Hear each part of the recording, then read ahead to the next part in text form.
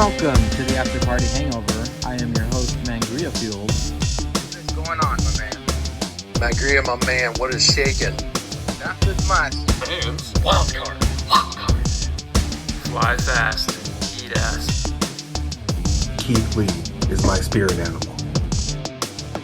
It's going to be called Turban Warfare. My list, you know what to do. Send me in the comments. Prison style. Eddie keeps saying he wants to eat my ass. We'll grab a spoon, mate, and taste some class. But Sam's just been hit with a spoonful of truth. Bitch. Suck a shit, pal. You ever fart so much in your sleep that when you wake up, your butthole is chafed? I can see that. My in-laws made these tamales, and my God, I can just tell that my butthole went through some shit last night. Probably literally. Yeah. I brought this up to try on a couple days ago. I want your opinion. I need your opinion, Ceizar. All right, what we got? Camel toe. Is it hot or not? Ooh. I think in the right circumstance, it's hot, which is like, nah, fuck it. It's vagina. Yeah, I'm just going ahead and say that. But what about in a wrestling ring? Oh man, it's extra hot. Just getting turned down and wrestling another ring. I mean, come on now. That's what we really want to see. We want the HLA back. That's what we want. It's like the cherry on top of the whipped cream. I'm saying you don't need it, but it's good to have. Well, let me start this proper. Welcome to the After Party Hangover Christmas Eve special. I am your host, Mangria Fueled, and today, this is the show that talks about a show. Today's guest, he is featured weekly on The Hangovers with his own segment, Hail Ceizar. He is the new #decent champion. It is Julius _Ceizar. Merry Christmas Eve, my friend. Well, thank you, sir. Happy holidays to you as well. How do you feel being the new decent champion? You finally were the one to take down Andy. Man, I mean, I'm not trying to toot my own horn. I had a hot streak, had to cash in my chips. I mean, the questions was on fire. I became Eskimo Brothers with Zenga.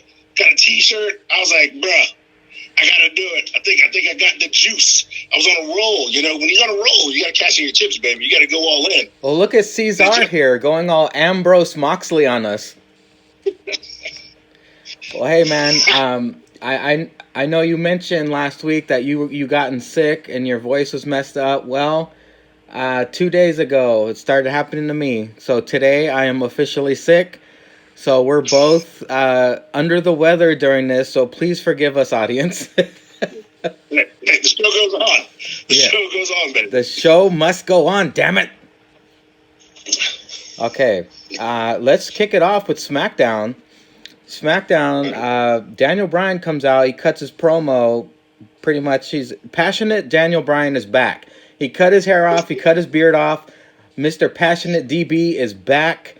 It was nice to hear him committing to his positive attitude again, giving us the nostalgia feels with his haircut and his positivity. And then Miz comes out claiming he's going to take the Universal title from Bray Wyatt. Who the fuck is he trying to kid, Ceizar? Nobody himself. I mean, nothing. Miz can't beat The Fiend. He can't even beat Bray Wyatt. What the fuck is he thinking? That's what I'm saying. And wait, so the TLC match wasn't even for the title? It was just a match? It was just a, hey, look it, Miz is going to get murdered match. It's so fucking dumb. Like, what is the point? Miz can't even beat the Eater of Worlds. How is he going to beat The Fiend? That I don't know. I mean, he probably can't even eat Maurice's ass right. I mean, this fool's out here trying to get the belt. Miz, you had the belt since that horrible ass match with John Cena way back in the day, and just stay with your IC title. Go fight Shinsuke for it now for the 10th time and ruin Jericho's record or some dumb shit. But you don't deserve the strap. I think I know what it is, Ceizar.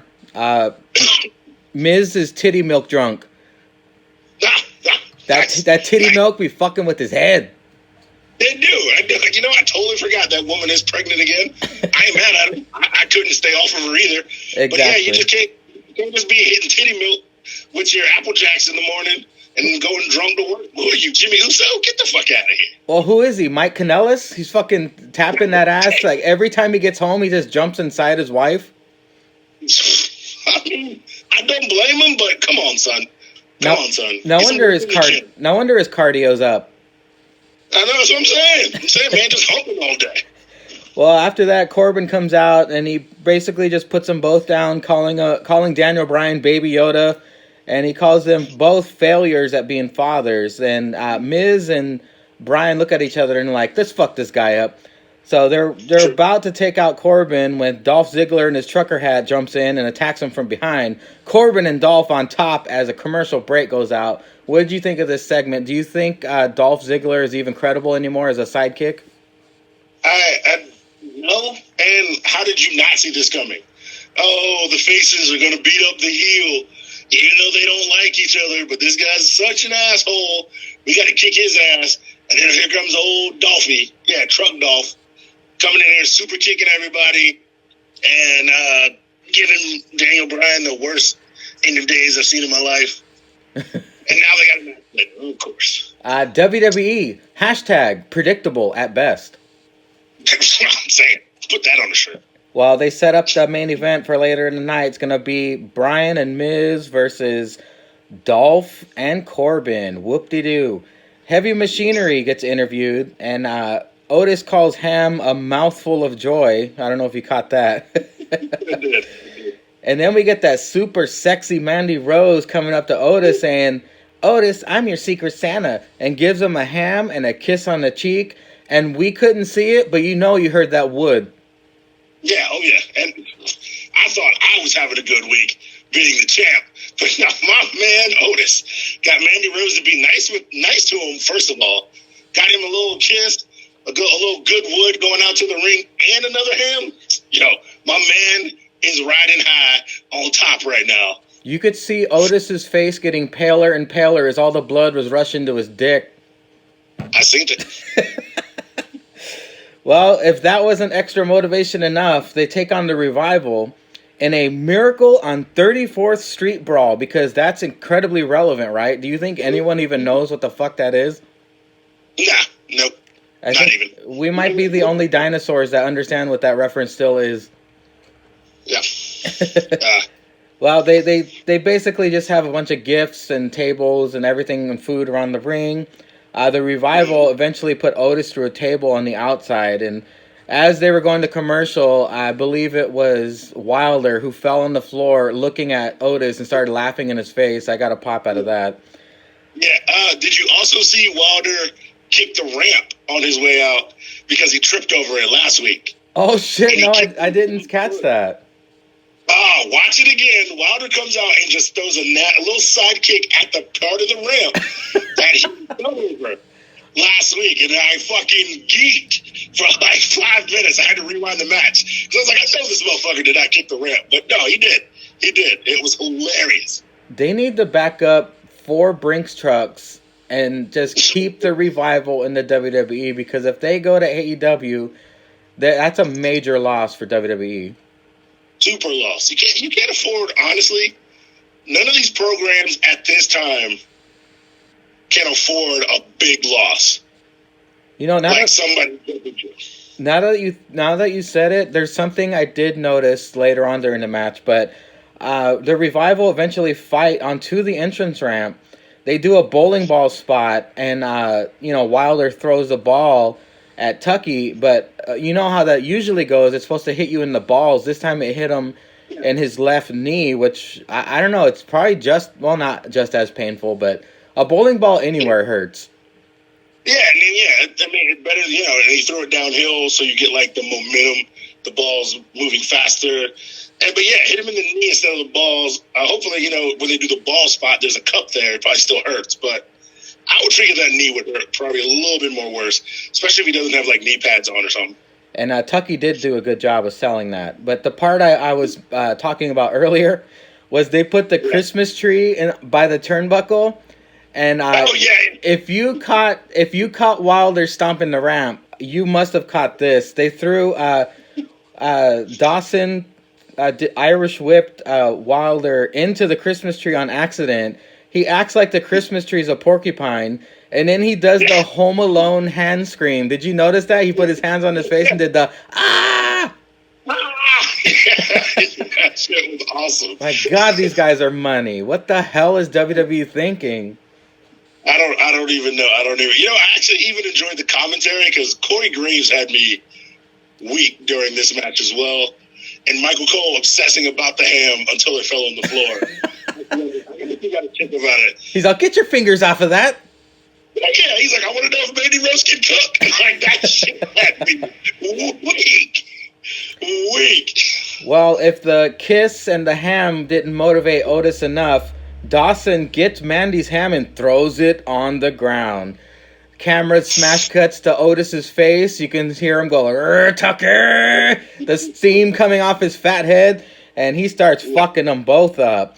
He throws Wilder into that empty pile of Christmas present boxes, and then he throws Dawson back into the ring, busts out a sack, and we're all trained to know that it's thumbtacks. It's going to be thumbtacks. Why would they bring thumbtacks out on a Christmas street fight? No. Possibly more painful, a bag of fucking loose Legos onto the mat. I mean, the only thing would have been worse is if, he'd have, taken his boots off and, slammed his feet into the Legos, because that's an instant KO. Instant KO. I got to throw him on his back on top of the Legos. Fucking hilarious. I do. I have stepped on Legos in the middle of the night before, and it's hurt my feet. Have you ever rolled over onto Legos? Because I'm not sure if that hurts more or less. I'm not even trying to think about that shit. That's one of those choose the way you die from your boy on Instagram questions. Savage. Over Lego. Oh, man. Well, that was a unique spot. He slams Dawson onto those. Dawson sells it like a champ. Otis then shows off his strength as the electric chair drops and slams them both at the same time. Compactor for the win. Then Otis starts tongue fucking the ham. This was supposed to be a joke, a joke segment, not taken too serious, but all four of these guys made it one of the most must-see segments of the night. What did you think overall about this? I thought it was a real good segment. Yeah, as a joke segment, that's usually a joke segment. But I think that they've always put great people in it, because I think the New Day did one, and they always have great tag matches. I think the Usos did one. They always have great tag matches, so it's not like two joke teams where you would get bored. It was two good teams that can at least put on a match and then add the gimmicky stuff to it, which I think it worked out well. They did a fantastic job. After they come back from commercial break, Otis apologizes to Mandy carrying the battle-damaged ham. Mandy, feeling sorry for him, hugs him, but then she looks back and noticed that her dress was covered in Otis's sweat. Otis standing there looking like he just crumbed his pants. Do you think Mandy has the hots for Otis? I don't know where I saw the meme, but somebody was like, if they make this Otis Mandy thing, I'm definitely into that 8 times more than Lana and Bobby Lashley, and I agree. Oh, hell yeah. They can build off this. She could even be a valet to Heavy Machinery. But, she's going to turn heel eventually. But, I mean, just for a little fun couple weeks, it would be nice to see. Oh, yeah, it'd be great. Because they've been doing the Twitter and the NXT, all the way since NXT, Otis has been obsessed with her. Maybe when Mandy saw Otis tongue fucking the ham, she got some ideas. She probably did. She was like, you know what, big man can't eat. Maybe I should give him a shot at the title. And then after Otis, she can give the rest of us mega pounders with cheese a chance. You know what I'm saying? Yeah, I'm down with that. Merry Crumble. Well, after this, it cuts to the Revival bitching in the ring about being a joke gimmick. And then Elias comes in to rub salt in the wound, sings a pretty funny Christmas tune. He's still shitty on the guitar, but it was a pretty funny song, closing out with a, of course, timely Caitlyn Jenner reference. Oh, yeah. I bet you half that audience still did not know what the fuck he was talking about, even though Caitlyn Jenner was only like 5 years ago. I'm saying. But I think that's partly funny about Elias's gimmick, is that he's supposed to be this great musician, and he is just shitty on the guitar constantly. Why do you think they're not letting him wrestle? I don't know. I mean, maybe he's at the PC just training, getting ready to get back. So maybe he's like able to walk around. You just can't take bumps yet. Yeah, I'm not sure what the specific injury was, but come on, Elias, get back in the ring. Yeah, I mean, I think it's the same thing with these Sheamus promos. I know I'm jumping ahead a little bit, but maybe they're just trying to make sure he's relevant, that you see him. Because they don't really have like big comebacks anymore. And honestly, they should have did all this shit at the Rumble, because that would have been like great pops. Oh, we're gonna get a couple entrance surprises. I bet you that's when Lars makes his return, and the entire Steel Real Army is gonna pop like they never popped before. You know that's right, baby. Well, they do another segment backstage with Sammy approaching Braun, saying that he's his Secret Santa. Braun wants for Christmas is a shot at Shinsuke's Intercontinental Championship. Braun asks for it. Sammy makes a bunch of excuses. They back off. Are you interested in seeing Nakamura job out to Braun, or do you want to see Braun lose yet again? I'm over Braun. I was never really fully committed to Braun. Because, I mean, my thing was, he's a big guy, he's great. But he only seemed to have great matches with big guys. And now everybody is kind of like medium-sized, you know? So there's not that many big guys that he can have great matches with. That's not his fault. But I figure Sammy will figure out a way to cheat, to have Nakamura keep the title or whatever. WWE has mistreated Braun and Nakamura so much that I don't want to see Nakamura versus Braun in WWE. I want to see Nakamura versus Braun in New Japan. I can see, yeah, there we go. Now we're talking. They would put on a hell of a fucking match. This American monster Bigfoot versus their real rock star in Japan. They would make a badass match. Yeah, now see that I could get behind. But yeah, like the way WWE limits like what motherfuckers can do. I'm really just I wouldn't care. Well, after this, we get Carmella taking on Sonya Deville. And do you think Graves strokes it when Carmella's wrestling? I mean, I would. I couldn't finish, but the match was in 2.5 minutes, and I barely got warmed up. So, it was a very quick match. Carmella eventually hits the flatliner and the Code of Silence for the win. Very quick match. What the hell is up with Sonya? Why are they treating her like this? And then how you gonna promote the bitch to Total Divas? That's usually what you give the girls who are gonna be on a run. And I get it, Carmella's up there, and then she got in the heat with Graves, but she won the Battle Royal. She ain't really done nothing. And now I guess you want to give her some wins because, I guess she's got that old NXT friendship with Bayley, and that was well documented on social media. But now Bayley's with Sasha, and she's heel. Are they trying to set some Carmella Bayley thing up a new? Speaking of Total Divas, they're letting Sonya let that muff-eating flag fly. They're promoting her and pushing her big time as being the first lesbian. It's even in her entrance. They had the facts on the side. I guess since she hasn't won anything, they had her. Oh, Sonya's the first lesbo wrestler in WWE. They're touting all of this, championing it for her, and she's losing left and right. I don't know. I'm surprised the LGBTQABZ community isn't up in arms over how they're treating her. That's what I'm saying. I don't get it how I get it they're heels and heels are never supposed to win. I guess I'm doing air quotes when I say win.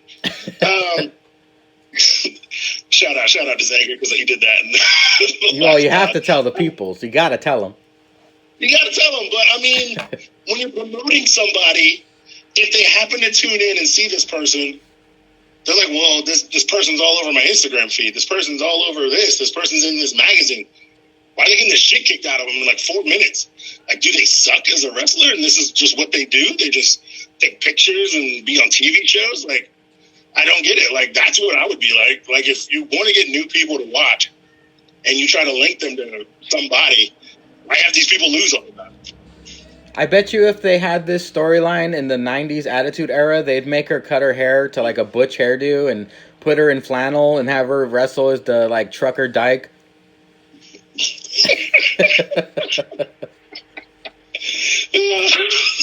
That's fucking hilarious. After this, Carmella makes her way up to the ramp as New Day come out, and they do a pretty entertaining double Dutch air jump rope thing with Carmella. I thought that was pretty entertaining, and they come back from commercial, and Sheamus is basically talking more shit about how this generation of superstars on SmackDown are all soft and small. What do you do? You dig his retro look, or do you think he should have kept the hawk? No. I like the retro look. I like kind of like this new serious Sheamus, because I feel like that's old Sheamus. You know, when he first came out, he's beating bitches up, and he won the title. Like, that's the kind of... I like the version of Sheamus. Plus, with, like, Rusev kind of going face, they need that type of guy. That big guy can just come out there and just whoop ass. Because, I mean, let's be honest, Drew McIntyre should be that guy, but it seems like he just can't get it quite right. Does Sheamus keep his new theme, or does Sheamus go back to the Jack Black sounding theme he had when he first came? Ooh, that's a very good question. I kind of like them both. I would say let him choose. I would say, how about scrap them both and come up with something better? No, something new. So like another. All right, yeah, that works too. Cesaro. They're giving everybody else new songs when they're reinventing them. So. Speaking of new, I don't know if you caught this, but Cesaro, they added new graphics to his entrance, and it looked kind of badass. Oh no, I missed that. Yeah, it was like Matrix like green numbers all over the place. I thought it was pretty sweet. Nice. Of course, during this match, it wasn't it Cesaro and Nakamura versus Kofi and Big E. You know Big E's the standout, of course. The first 3 quarters of this match, Big E was a star like usual. I'm not sure why I didn't take that many notes during this match. Was it not that great? I think it was just an average okay match. Did you hear Graves when they were doing the double dutch thing? Did you hear Graves say, "This is how many of my nightmares start"? No, I didn't catch that. Oh my God, you gotta go back. All right, he says it. All right, first of all, he says it like I think when they're doing the double dutch thing, because that was like improv. Because if you notice, Kofi has to put down the plate of pancakes. Yeah. Like, Big E had started, like, doing the jump rope thing already, but he was like, oh, shit. So he had to put down the pancakes and realize what he was doing. I love...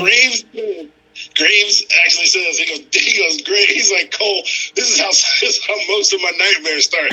He's like, Camilla with the New Day? And I was like, I don't know where he's going with this, but I'm fucking weak. Oh, man. See, I love how you catch stuff that I miss, and I catch stuff that you miss, because I did not catch that. That's hella funny.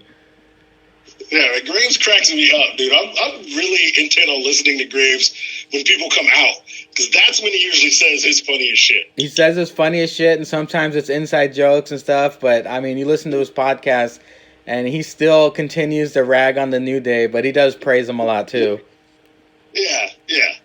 Well, during this match, I didn't take much notes, so hopefully nothing else exciting happened. I just put that Kofi wins with a really bizarre roll up on Cesaro, like his legs were all over the place, but New Day does get the win. Here comes Cesaro, Nakamura, and Sammy. They just start jumping the New Day, and who comes out to help? Old Secret Santa Braun comes out to save the day, and you know this obvious WWE booking. Guess what's gonna happen next week? Yep, you know it. 6-man tag. Yep. Braun Strowman's going to be the Woods of the group. He's going to come out playing a trombone and shit. That would be awesome. So what do you feel about Sammy being a manager? I love it. Sammy is a fantastic wrestler. Sammy can talk. He can wrestle. I guess the only problem with him that they have is that he's too small. If he put on 10 pounds or 20 pounds of muscle, he might be the next big thing. But you know how Vince is. Sammy is the darling of the indies, so he's just going to be treated as the mouthpiece to whoever can't talk. Yeah. I will say Kofi and Cesaro had a great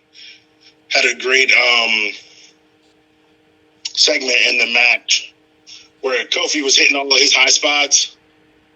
Like he hit that stomp, and he hit like a thing off the jump, and it was really going.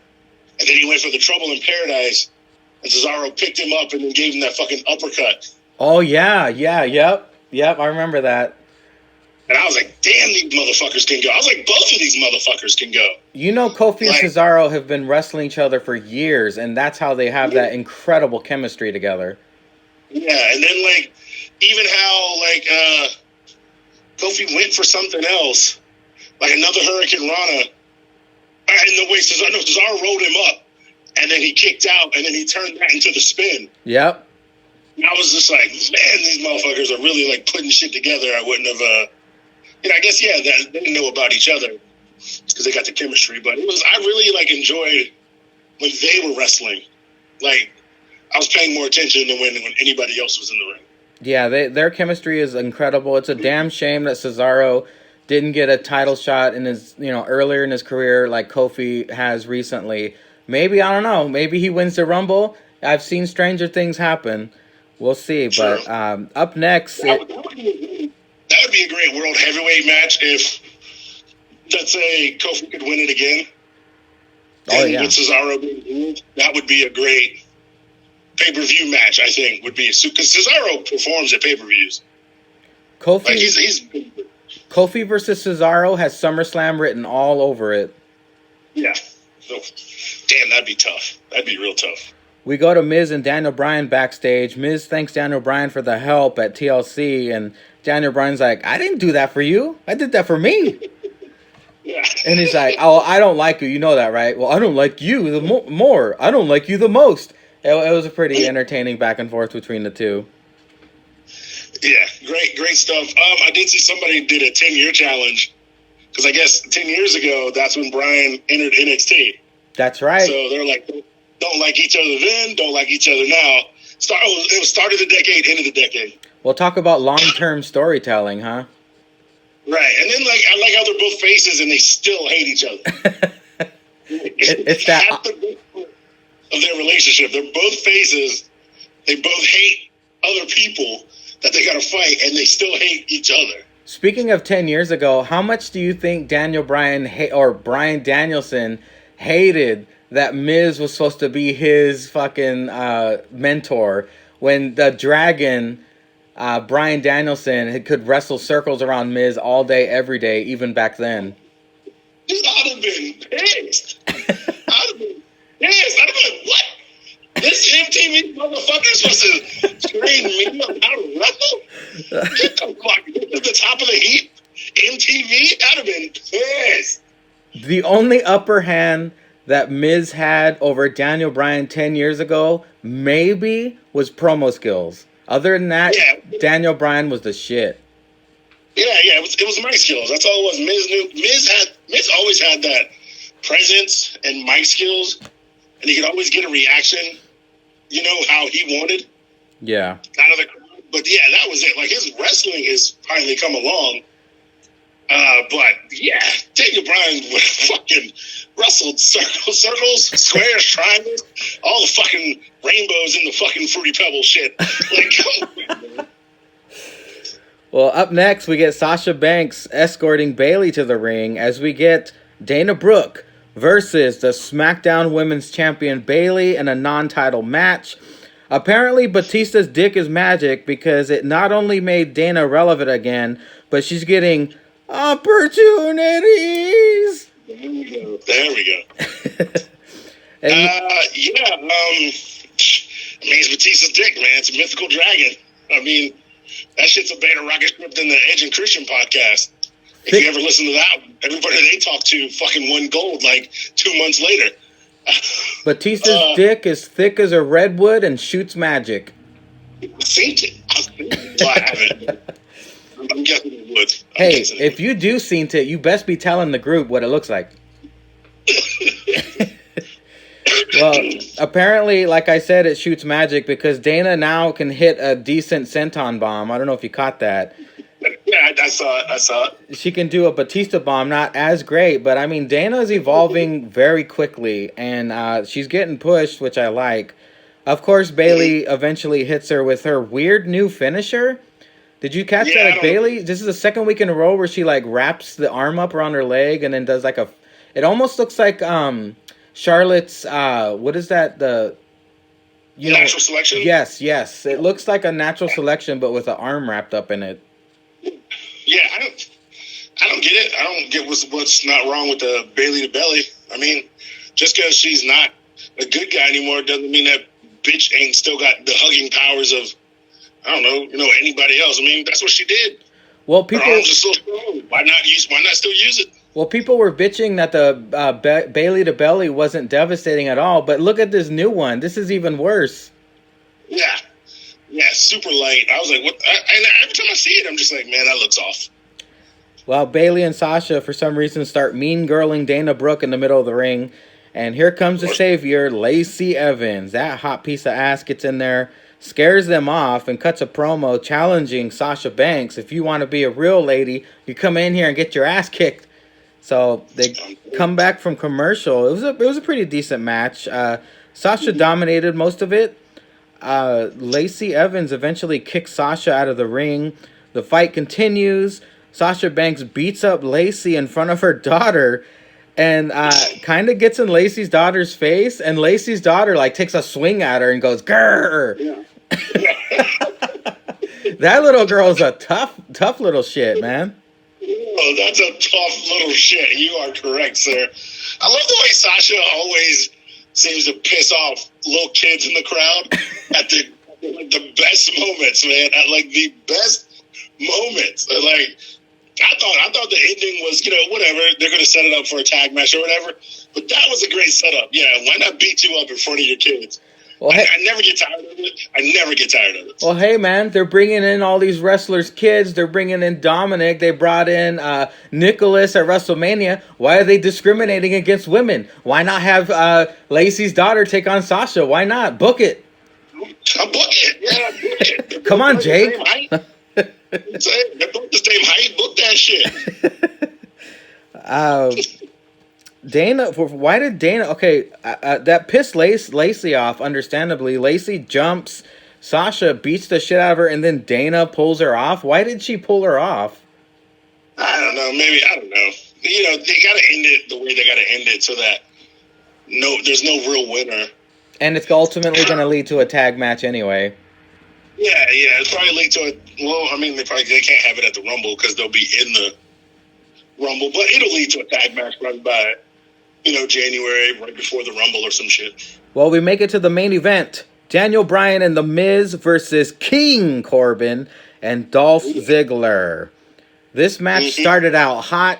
It started out with something we've been waiting to see for, like we said, 10 years. We get The Miz, we get Daniel Bryan, double yes kicks onto Corbin and Ziggler. The audience was going crazy. Everyone was saying yes, yes, yes. What did you think about this part? I thought it was great the way they set it up, too, because it was like the quick, why did you hit me tag? Yeah. And they were setting it up at first, and I was like, all right, they're still going to have a little animosity, but they're whooping ass. And then, Daniel Bryan started kicking him, and then Miz is like, nah, bitch, I'm going to show you how to do your shit. And then he starts kicking him.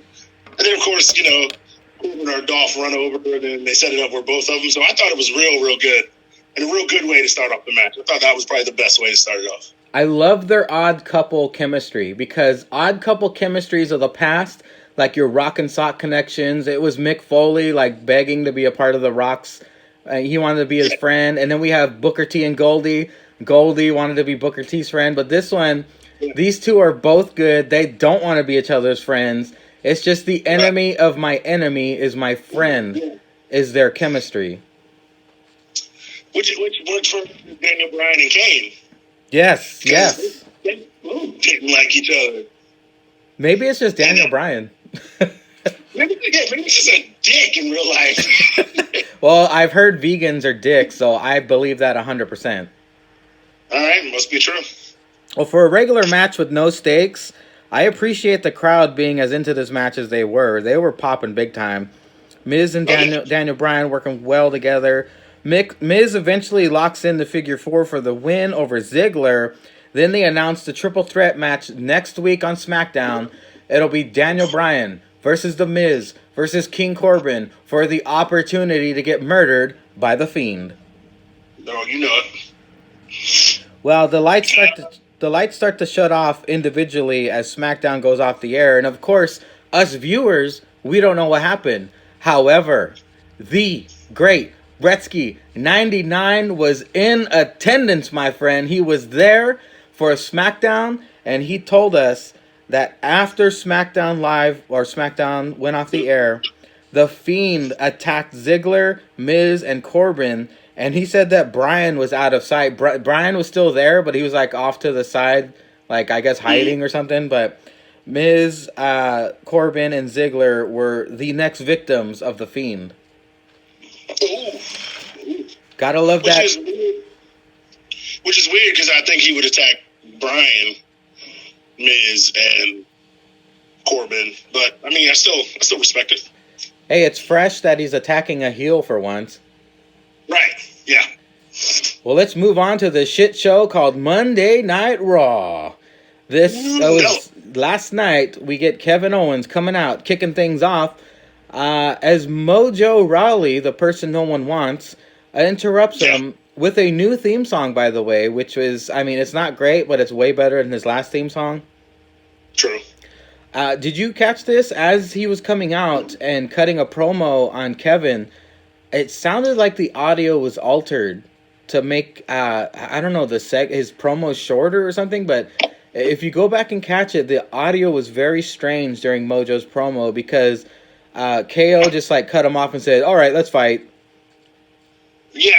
I don't know. Yeah, I didn't really catch that because Mojo was talking, so I wasn't invested.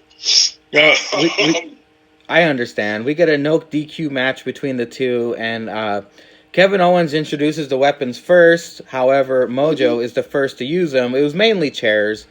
Mojo and Kevin Owens struggle to put each other through those 4 chairs. Mojo eventually throws Kevin Owens through the 4 chairs. Kevin Owens eventually regains his composure, sets up a table, hits his KO stunner, and a pop-up powerbomb to Mojo through the table for the win.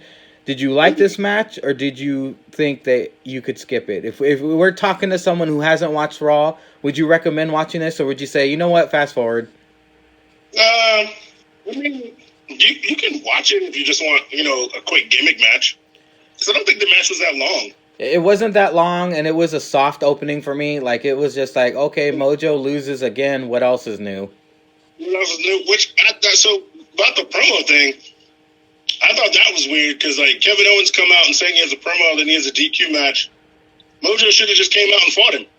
Yeah, like, really. Mojo did.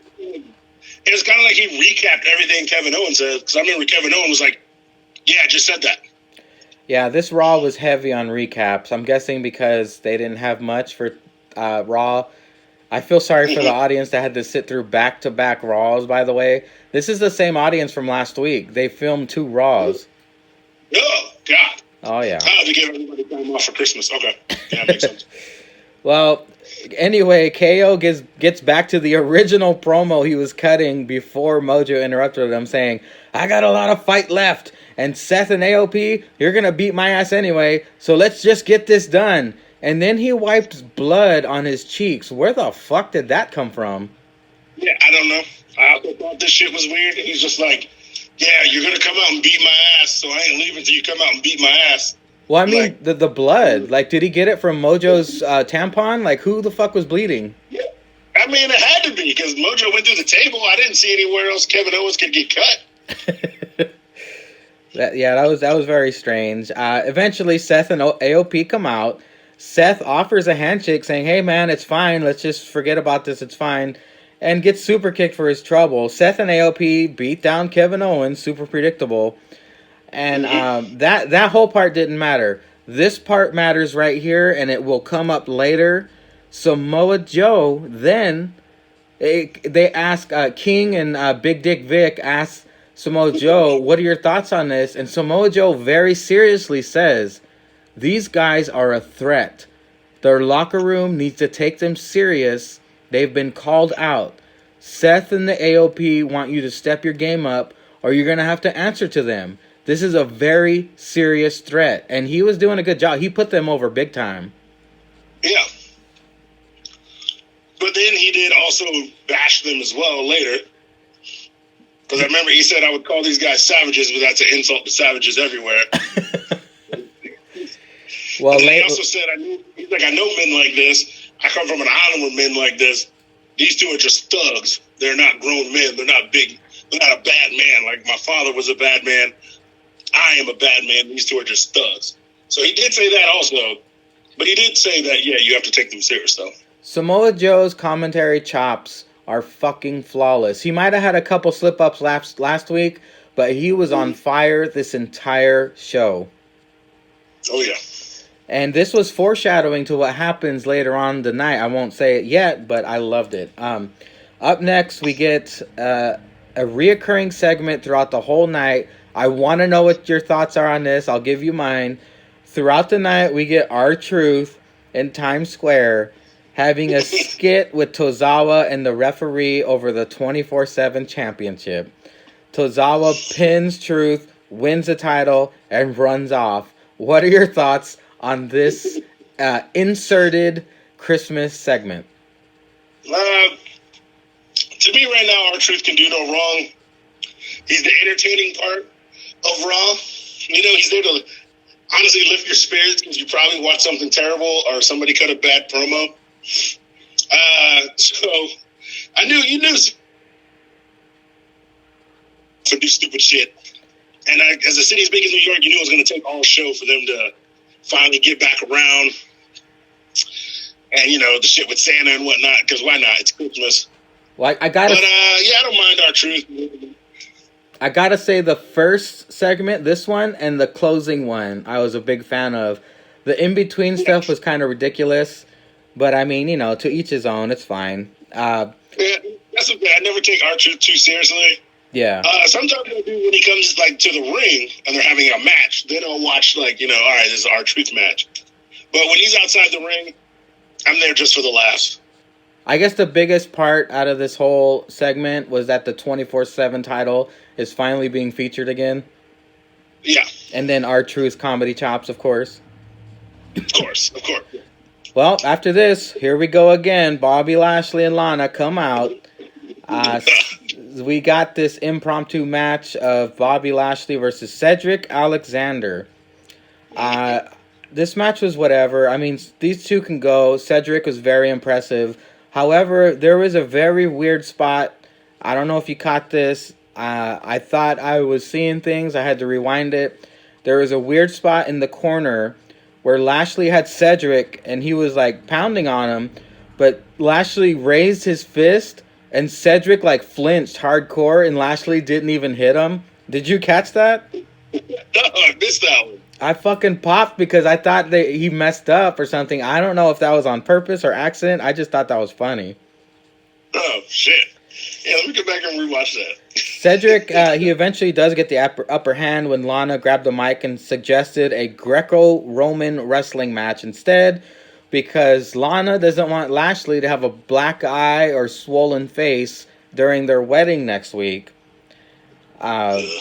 Jerry the King Lawler finally had something funny to say because he had been spouting out some shitty jokes up until now. He said, I've had 3 weddings and no anniversaries. I thought that was pretty funny because they were asking for wedding advice and he dropped that little gem there. Oh, Jesus Christ. Lashley dominates the second half of the match, eventually, you know, just throwing Cedric around. But his mistake was posing and blowing kisses to Lana because Cedric takes advantage of that. And but of course, ultimately Lashley hits the body cutter, which is impressive, and spears the shit out of Cedric Alexander for the win. Are the 205 Live guys just jobbers now? Looks like it. I mean, if they're not wrestling on NXT for the 205 title, and looks like they're just getting jobbed out on whatever show they're on. It's just I was actually impressed that Bobby was selling so hard for Cedric. Oh yeah. At first, it seemed like when he punched him and stuff, it seemed like he didn't have any phase. And I guess when he did like the high flying moves that he's known for, like Bobby was like falling out of the ring and falling down and staying down and taking the bumps and stuff. I was kind of like, oh shit, all right, Bobby. I mean, you're supposed to be almighty, but then here you are getting beat up by a guy who's like 100 pounds lighter than you. Well, not to mention Cedric is selling the shit out of all of his moves. When Bobby hit that spear, fucking Cedric did like 8 backflips and then fell on the floor. Oh yeah. I was like, damn. I was like, I mean, it's always great when those guys can do like that off momentum, because it makes the power guys look way stronger. I always like that extra effort that they give. Well, Seth and AOP were interviewed backstage after this by Charlie, and Charlie asked, "Why are you being so aggressive to the backstage talent of Raw?" And Seth explains, "I was out there to shake his hand. He rejected it, so why don't you talk to Kevin Owens why he's being such a dick," basically. Yeah. Which is understandable. But then they smash cut to Tozawa running around in New York from R-Truth, of course. I guess R-Truth knows Japanese. Did you? That's what I'm talking about, man. Like that thing seemed pretty dumb.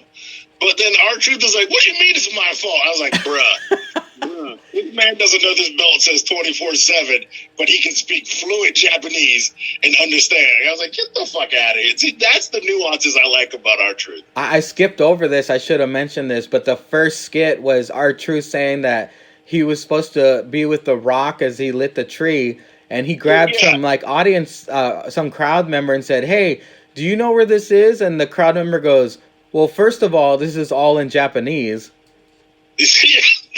So it kind of foreshadowed R-Truth knowing Japanese later on. Yeah, but that's what I'm saying. Yeah, he got an invitation written in Japanese to like the Dwayne Johnson tree or some shit like that. And he reads it. He can read perfect Japanese and speak or understand really Japanese, but can't because he introduced himself to the guy. He's like, hey. He's like 48-7 left champ. Can you tell me where this is? Yeah. Goddamn, Truth is great. Well, after this, I'm telling you, we got the most obvious match outcome of the entire week, maybe the entire month. Drew McIntyre versus Zack Ryder. Yep. Of course, Drew destroys Ryder.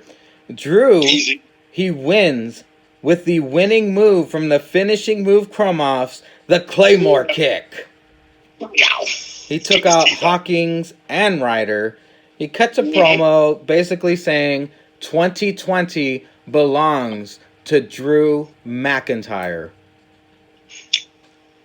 Yeah, I don't see it.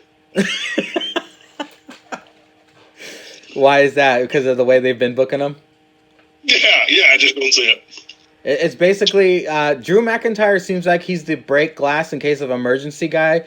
Like, in case your main guys get injured, they're like, okay, Drew, you can get your chance. But until everyone, gets injured, he's going to remain where he is. Yeah, he's like right there on the outside. And they're like, oh shit, there's Drew. Throw him in there. Yeah. Never mind. These guys came back with ice from the party. Get the fuck out. There's too many people in here. Wait, Lesnar wants to show up one more time. Get out of here, Drew. Come on, Drew. Hey, we got a match for you just for tonight, though. I don't give a fuck. Go on vacation. I don't need your bitch ass. This was kind of entertaining. Becky Lynch comes out and basically calls out Asuka. She's over here trying to cut an edgy promo like, well, the back doesn't want me to say this, and I'm not supposed to say this. I'm going to, screw the company. She's trying to be edgy. She calls out Asuka. Asuka comes out with Kyrie. I noticed when Asuka speaks and she's all excited, she sounds like a kid all jacked up on Mountain Dew. The most surprising part of this promo was, Becky was waiting for an answer. And after Asuka spouted all that Japanese stuff, Becky spoke Japanese. There's a theme here. Truth knows Japanese. Becky knows Japanese. Asuka speaking Japanese. What the hell's going on here? I don't know what the fuck was going on, but yeah, everybody had a fucking Learn Japanese for Dummies book in the back. And, everybody's just spouting off some shit. And here's the thing, though. I like this idea where they're going, but they're going to give Becky the win, and I don't like that. Yeah, because they're going to... You know how they book Asuka. Poor Asuka. Last year at the Royal Rumble, she made Becky Lynch tap out, which was completely overlooked because Becky main evented WrestleMania ultimately. This match with Asuka versus Becky should be a barn burner, but like you said, Becky's going to get her receipt, as she calls it, and she's going to go over Asuka, which is a damn shame. Right, because see, I kind of like that, certain old school rivalries had that. Like, look, The Rock didn't get his WrestleMania receipt till the end of Stone Cold's career. Yep. Not that he never beat him here or there, but he didn't get that till the end. Like, sometimes there's gotta be a guy, no matter what the circumstances are, you just can't get past. And then you finally just get one. So, in the overall scope, it was 2-1, but he got his one. That's all he needed. I don't know. So I would like for Asuka to win, but I don't want her to win the title. But, that's what it is, so.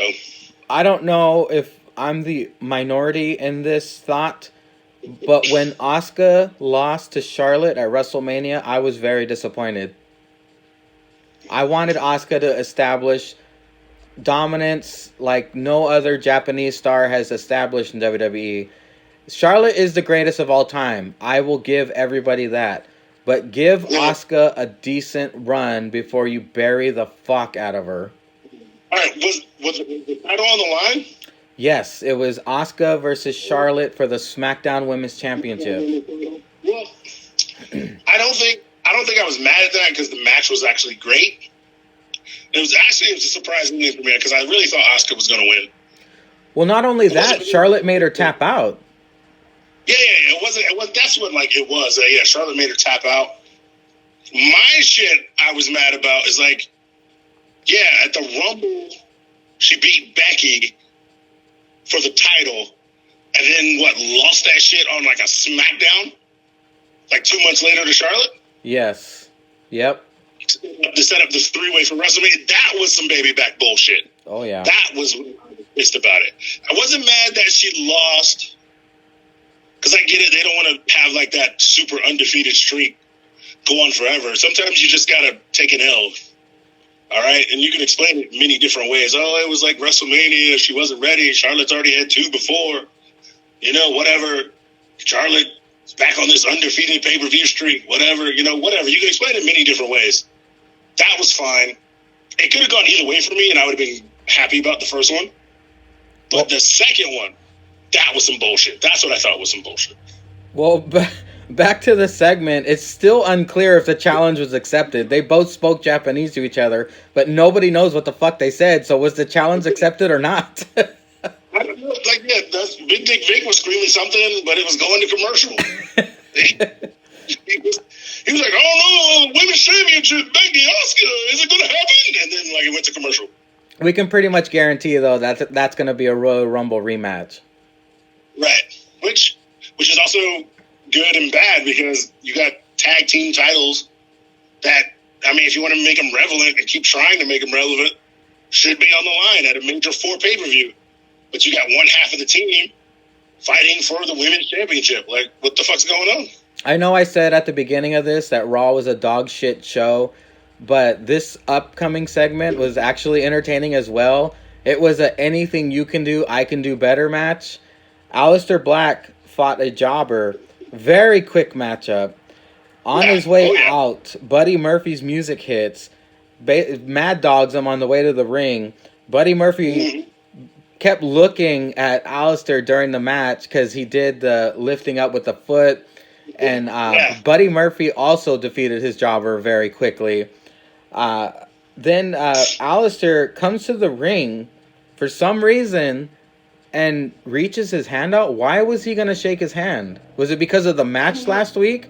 because Buddy was acting like a dick on the way to the ring and like rubbing Alistair's face and using his moves and shit. Why was Alistair gonna shake his hand? I have no idea. And then they already promoted that those two guys have a match next week. So they're really just fighting jobbers in between the week. Because they're already going to fight on Raw. They promoted that, I think, during Alistair's match. Or when Buddy was coming out. They said that. So I guess he's just trying to be like, oh, we had such a great TLC match, like damn near match of the night. Hey, I don't want no friendly Alistair Black. I don't want no fucking rainbows and sunshine. I got respect for everybody Alistair Black. I want the Satan-worshipping, Undertaker-mirroring, head-kicking-offing Alistair Black. No more handshakes. You're damn right. Yeah, like you said, next week, the rematch was announced. It's going to be fire.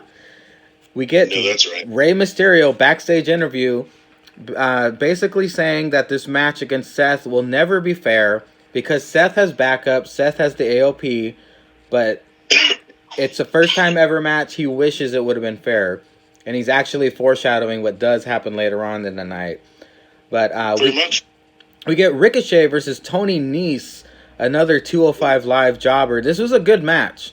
Ricochet versus Tony Nese was very impressive. They both brought it big time. We forget how good Tony Nese is, but they put on a very good match. Wish it could have been maybe 3-4 more minutes longer. I felt like it was a really good match, and it was just starting to get cooking. And then Ricochet hits the recoil, and then it's over. He does the ripcord, then the recoil for the win.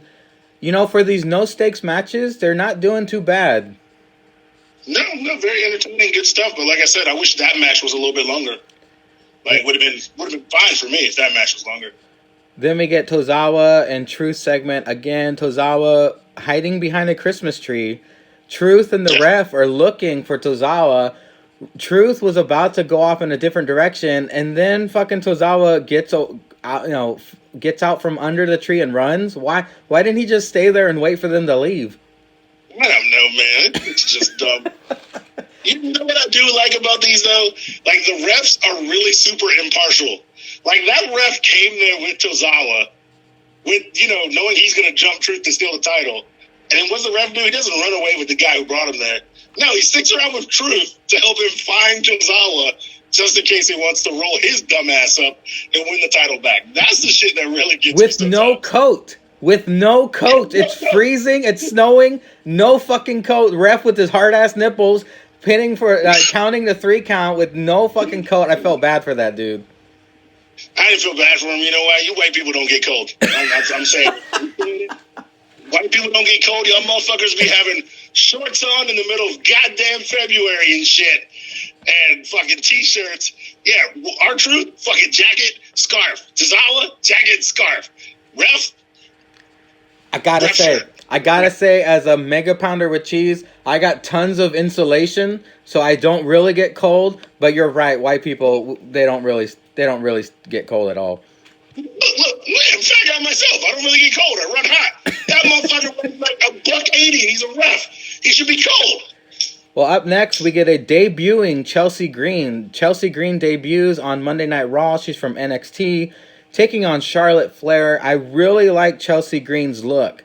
She has the look. She has the swagger. I mean, again, it was a no-stakes match. But what Chelsea Green did with this no-stakes match spoke novels about what she can do in the future. Yeah, really, I really like her. But, I mean, come on, it's Charlotte. She could wrestle a fucking stink, and it'd probably be fucking at least 3 stars. Charlotte's legit. She made her look legit. I like the way they kind of hyped it up, they're kind of the same height.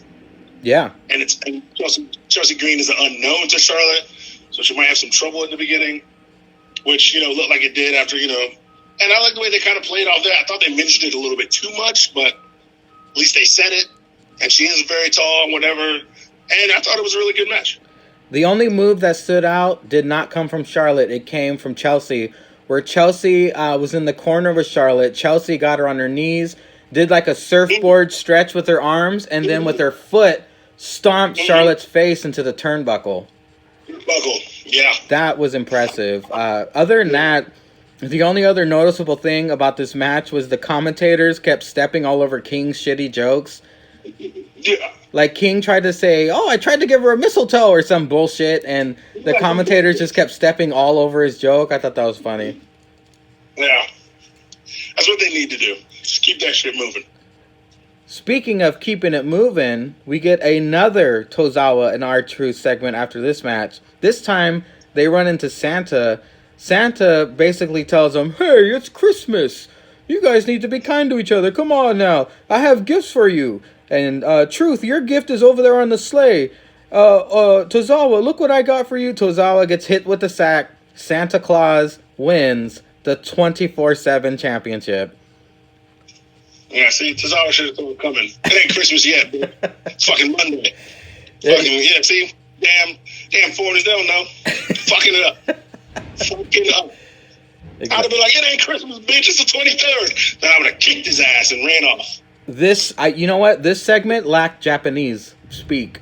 If there was some Japanese speak, I think Tozawa would have had the advantage. He would have. He'd have kicked that motherfucker. He'd have ran away. Everybody was kung fu. No. After this, we get another installment, a Liv Morgan video. She's leaning more towards the Emelina gimmick, and that's kind of making me nervous. Yeah. But she's looking hot, though. Oh, so she's looking smoking hot. She was saying a bunch of nonsense like, "Everybody used to tell me what to do, but now I'm in charge. I'm going to be in charge." It's like, all right, bitch. Everybody's going to tell you what to do, you stupid bitch. Because if you come out with hot garbage and they boo your dumb ass, you're going to get rid of this gimmick. So everybody's going to tell your dumb ass what to do. Exactly. Well, after this video segment, we get Randy Orton and the Viking Raiders versus the OC. This match was okay. I believe it led the top of the 10 o'clock hour.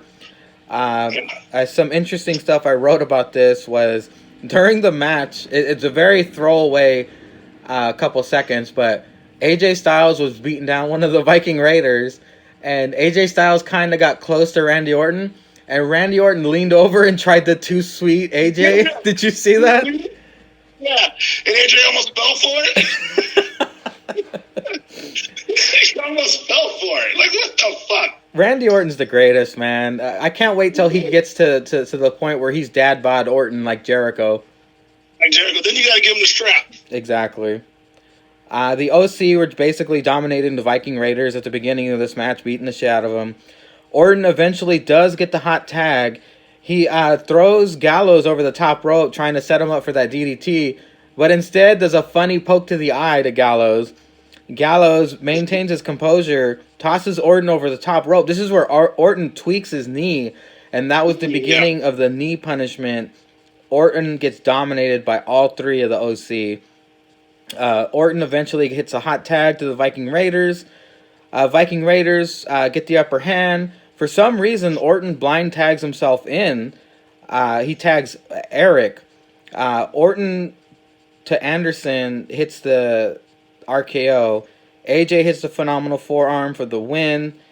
What did you think of this match overall? I didn't think it added too much to the show. It was basically Orton being Orton at his best. What did you think? I thought it was just a match. It was a good 6-man tag match. I mean, everybody got their shit off. Both teams look great. I guess it's because they have nothing to do with the Viking Raiders, which is sad because they're your tag team champs. Well, what's weird is we're used to seeing the Viking Raiders win everything, and they aren't winning lately. I believe isn't this their second loss in a back-to-back? Yeah, third loss overall, and the only team that has ever beaten them is the OC. This has got to be setting up a pre-show tag title match at the Royal Rumble, at least. At least. Well, after this, we get Santa running from Tozawa and R-Truth, trying to keep his 24/7 title. So Santa's bright idea is, hey, let me get in a horse carriage and take off in a speedy getaway. R-Truth and Tozawa get their own horse carriage. They were both side by side going about maybe 1 mile an hour to the point where you could walk and catch up to them. I thought that was pretty funny comedy bit right there. Eventually, Santa gets away. Truth and Tozawa chasing after him. Yeah, like I said, Truth is just in it for the laughs. Another filler, a couple minutes of filler. See, but like honestly, if we're thinking about it, you didn't need like 6 segments of this. Exactly. Maybe just needed 3. And certain matches like Ricochet and Tony Nese could have had more time. Maybe Charlotte could have. Yeah, and that match could have had more time. Well, like I said at the beginning, this show was full of. They recapped last week's Raw at least 3 times. And they had about 6 of these Tozawa R2 segments. That's why I'm thinking maybe they didn't have much for this Raw. This Raw overall wasn't terrible. It's just you could tell they were short on material. Right, and that's fine. You can be short on material, just have longer matches. Like, I wouldn't have been mad. You got 2 studs in there, like Ricochet and Tony Nese. You can have a match. You can do the match. Like, Aleister Black and Buddy Murphy could have beat the jobbers up, like, for another minute or so. And then had their own, still had their thing in there. There's a way to fill time. They just didn't care. Well, Ceizar, we both need to apply for a job so we can tell them how to do it. Because we know how to do it, all right? We're the mega pounders for cheese, son. Yeah, son. I'll be up in there writing shit all fucking day. Well, we come to the Jake's favorite part of Raw. Eric Rowan speaking into the little cage of mystery. Oh, yeah. We get Street Profits, then, for some reason, another filler segment cutting a backstage promo about the Bob Lashley bachelor party. And they comment on Eric's, like, what's in his damn cage. It was kind of pointless, time filler, like I said. They are entertaining, but didn't really necessarily need to happen. We come back from the commercial break. We get Eric Rowan versus jobber Travis Horn. Now, what was unique about this squash match was that Travis had an ace up his sleeve, or should I say, a cane in his trunks. He busts out a candy cane, gives it to Rowan, slowly backs away like Rowan is a serial killer. He then gets out of the ring and makes a fatal mistake of trying to shove 8 candy canes in his little mystery cage, which sets Rowan off, of course. Rowan beats the motherfuck out of him. And murders him, basically, and wins. What did you think about this quick little Eric Rowan match? They're just finding new way to do the job to people. It's fine until when he's going to get sick of it, probably, and then he's going to have to fight somebody real. And I have a feeling his first real feud is probably going to be somebody small, and then it'll be fucking Drew McIntyre or some shit, because he'll just be standing around waiting to get in the main event scene where he should be. Well, Brock's not around. Like you said, this is time filler. This is. It seems like Rowan's in limbo right now. They're like, well, he's a weird guy. He has a cage. It's mystery. We'll wait. We'll put off what's in the cage and whoever he feuds with in the future. But for now, he's a good 10-minute time killer. Let's just keep stretching this out until fans boo the shit out of him. Pretty much.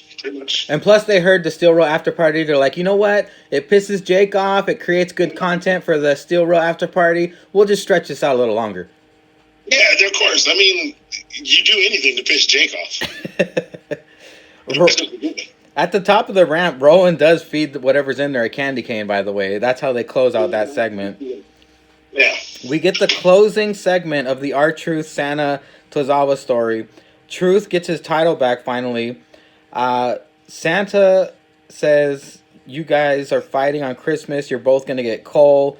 The ref says, fuck this. It's too cold out here. I've been out here too long. I give up.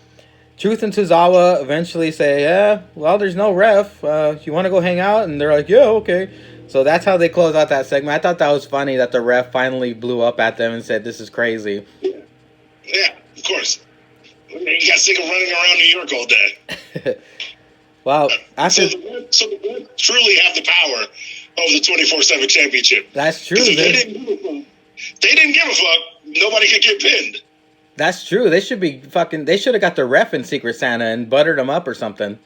That's what I'm saying. Well, after this, Rusev comes out.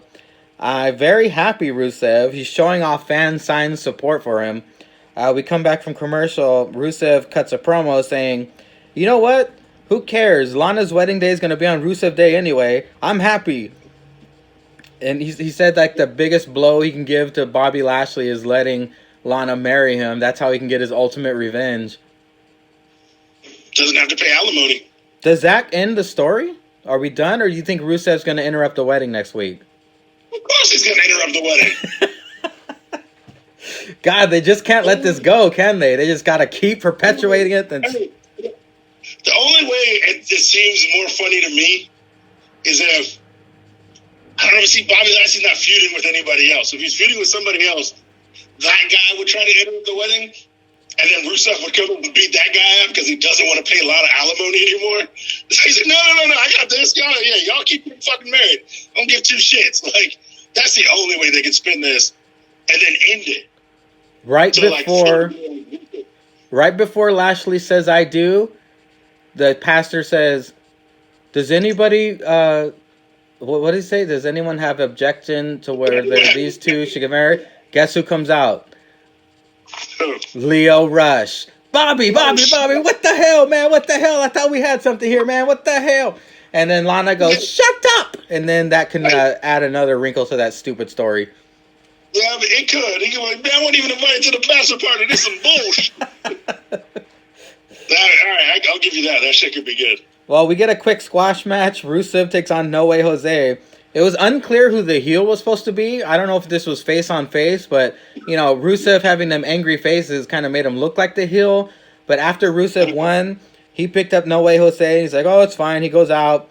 He dances with the fucking conga line. The chicks in the conga line are all kissing up on him and shit. So, another time killer segment.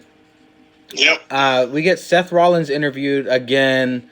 Seth Rollins needs to stop getting interviewed because that's when I hit mute. Even if he's heel. I disagree with that because that's more TV time for Charlie, and I'm always about TV time for Charlie. Well, I'm hitting mute. Ceizar, Charlie is eye candy. She's not sound candy. No, I said I'm hitting mute, but she can interview him every goddamn segment. I'm gonna be awake for that. I got a tangent here. Charlie over the summertime had some Instagram videos, and one of them showed her butt crack, which is pretty damn hot. Charlie is a smoking hot chick, man. I hope she stays around for a long time. Yes, sir. Captain Kelly was always like number one, but when Charlie started coming around, I was like, look at this thickness, girl. So I don't know. So for the main event, I kind of had high hopes. I was like, okay, Rey Mysterio, Seth Rollins, first time ever. These two can go. Rey Mysterio does do the same stuff over and over, but when he has someone as good as Seth to work off of, it's going to be good. My hopes were up. Rollins, he was wrestling with a broken finger. I was a little nervous about that. But they did put on a hell of a match. During the match, there's another little thing I noticed. They said that Kevin Owens was taken to a hospital. They actually said hospital. Jerry Lawler and Samoa Joe both said it. Did you catch that? No, I did not catch that. They always say local medical facility. This was the first time ever I heard them say hospital. So normally it's commentators and not, Jerry's been out of the game for a bit and Samoa Joe's a wrestler. So you think that was maybe a slip up by them? Oh yeah, that makes total sense. You're right. Because Jerry and JR used to say fucking hospital back in the day. Yeah. So that's what they're used to. And Samoa Joe was just filling in so he's better. So. And listening to King's commentary over the past couple months, it does sound like he's getting dementia. So I guess he gets a pass for that. And Samoa Joe can beat the shit out of you, so he gets a pass for that too. Yeah, I ain't mad at that. Well, Rollins was taking it to Mysterio pretty good. And Ray hits he does have a new move. Ray hits a sunset flip wall bomb to Rollins on the outside of the ring. Yeah, I was gonna say, I know how Zenka hates Rey Mysterio. Yes. I think, but I mean, yeah, he does do all the same shit. But I was liking when he brought this like floor slide thing back, and I must say that wall bomb shit is actually pretty cool. It's pretty entertaining. I liked it a lot. However, my hopes and dreams are ruined because, like I said, hashtag predictable WWE, the AOP ruined the match and murdered the fuck out of Rey Mysterio. So I'm looking at the clock and I'm like, okay, this is how it ends. Should I just stop it now? I have to go to the bathroom. This is exactly what would have happened. I should have known better. But then a miracle happens. They want to further punish Rey Mysterio. But in order to do that, in order to put Rey Mysterio through the commentary table, they need everybody to clear out. But guess who's not clearing out? Bad man named Samoa Joe. That badass motherfucker said, if I move, if I get up, it's your asses. Yeah. That was very entertaining. I was getting goosebumps. I was like, oh my God, is he back? Is he going to do it? And then I noticed, oh yeah, he's not wearing the cast no more. Samoa Joe, is he going to do it? Is he going to do it? And then the miracle happened. Of course, Seth Rollins plays off like they weren't. And then like a mob boss, he goes, finish him. And then AOP jumps Samoa Joe. Joe's throwing lefts and rights, trying to hang in there. But ultimately, they get the best out of Joe. They put his big ass through a table. But the best part of Monday Night Raw were those last 4 minutes where we get a returning Samoa Joe next week. Please, Jesus. Oh, my. That'd be a Christmas miracle. And that's the only thing I need in my life right now. I need Samoa Joe to come back. Run wreck shit, come back, fuck everybody up. And then hopefully this time can fight Brock for the title or something and get that shit back on TV. I know that Samoa Joe is old and they probably don't want to put too much on his shoulders, but if he doesn't get at least one fucking title run, I'm going to be pissed. Yeah, exactly. He deserves one run. Well, we finally made it. Ceizar. We got through Raw and SmackDown. Now we know what Jake and Zanka have to go through.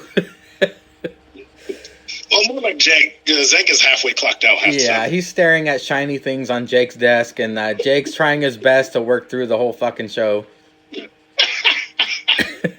But now it's time for Mangria's Jake's Joke of the Week. Ceizar, hookers don't fart. They let out little prostitutes. You get it? I cracked a smile. I had to do that for Jake, man. It's your Christmas present, Jake. Merry Christmas. But now, Ceizar, it is your segment. Oh, shit. Here we go. Of course, there's a YouTube ad when I'm trying to play your song. But let me just tell you what the subject is. The subject is, do black people care about mistletoe? Okay, hold on. Let me, here we go.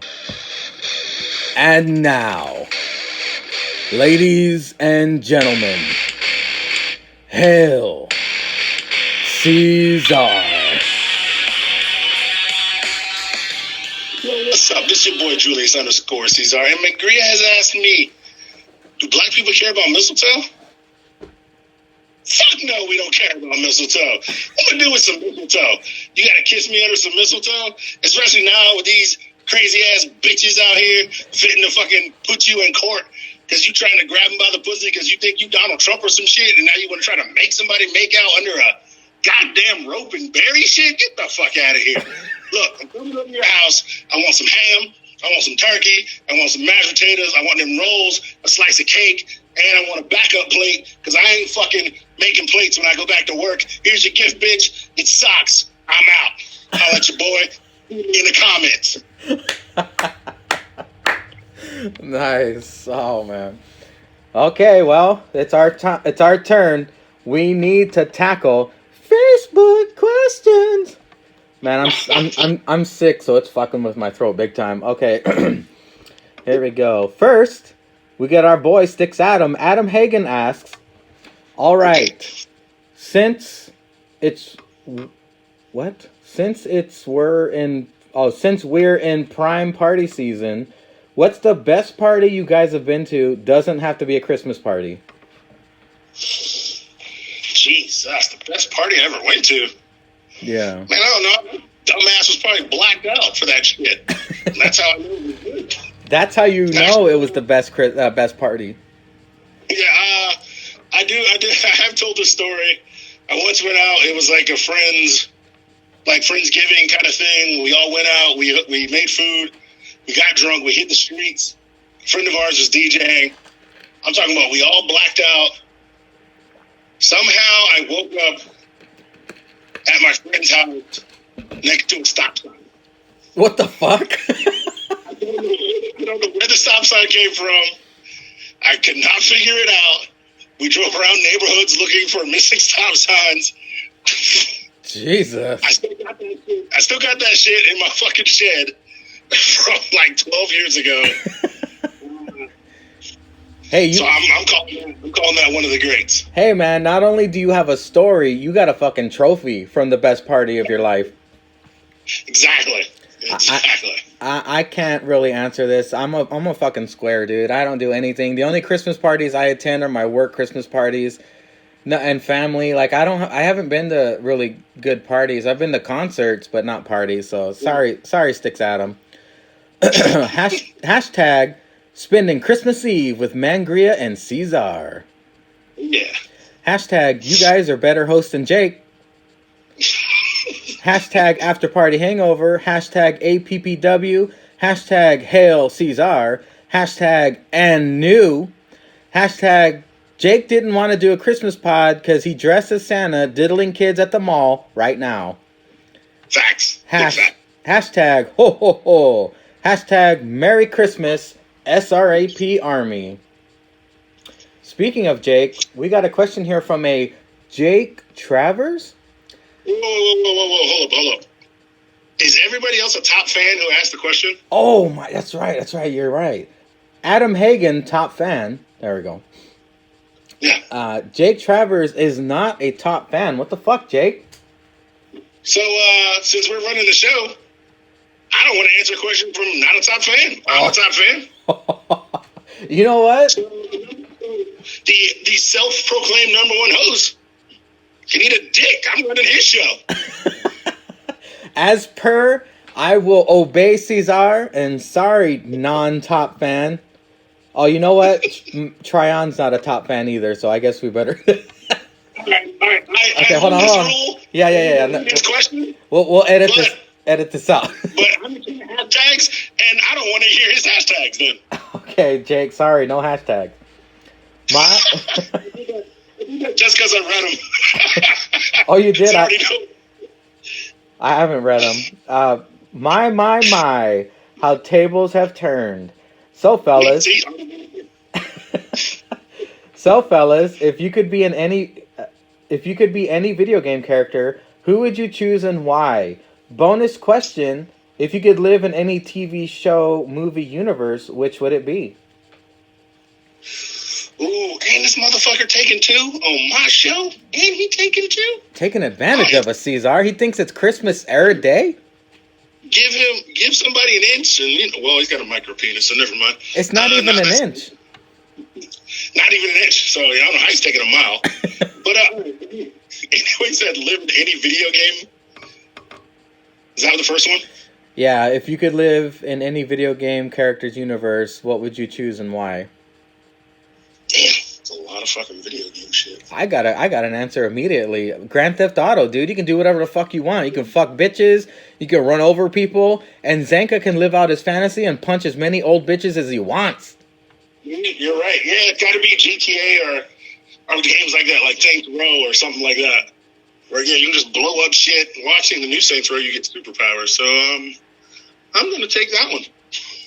TV movie show universe, I gotta go Scott Pilgrim versus the World because that's my favorite movie of all time, but I am a huge nerd. What would you choose, movie or TV show universe? Scott Pilgrim's such a good answer. Those comic books were amazing. All right, TV, TV show universe. I honestly have no clue. I would literally have to go through all the fucking TV shows I watch, which are a lot because my DVR is always 80% full. Well, should we do his hashtags or no? Yeah, you can read his hashtags. I was just fucking with it. Hashtag, look, I can do hashtags too. Sorry, hashtag harder than it looks. Hashtag, which is also what I say about my micro penis. Nice. Hashtag, good luck, boys. Hashtag, Jake is #1 host of the decade. Alrighty. Hashtag, no, actually, the millennium. Hashtag, Mangria's proud butthole. Hashtag, Mangria's proud butthole sound effects. I don't know. Hashtag, hashtag, Caesar's salad tossing. Oh, shit. Okay, see? Hashtag, it isn't easy as it looks from the outside. Hashtag, nincompoop party. Hashtag, no matter what, this hangover will only be hashtag decent at best. Alrighty, Matt, try on. Since Jake's not here, does that mean Facebook questions won't suck this week? Shit. I hope not. I hope we're doing a good job. Trying to give it justice here.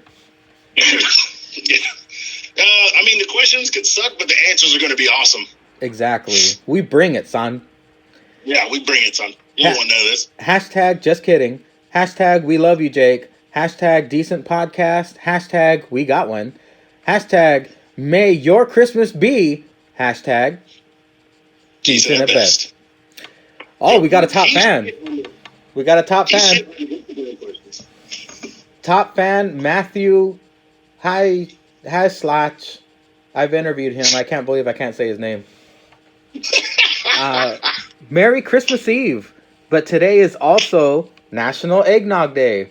Since only weirdos drink this stuff without alcohol, what is your preferred liquor to mix with eggnog? My go-to is Sailor Jerry Rum. Maker's Mark. Well, I gotta be the weirdo here. You know what I did? A couple years ago, I put mudslide in my eggnog. Let's just say it was a very thick alcoholic milkshake. Nice. I probably wouldn't do it again, but that's what I did. Other than that, I've never used brandy or anything else. You recommend Maker's Mark? Maker's Mark, yeah. We always use it with bourbon around the house.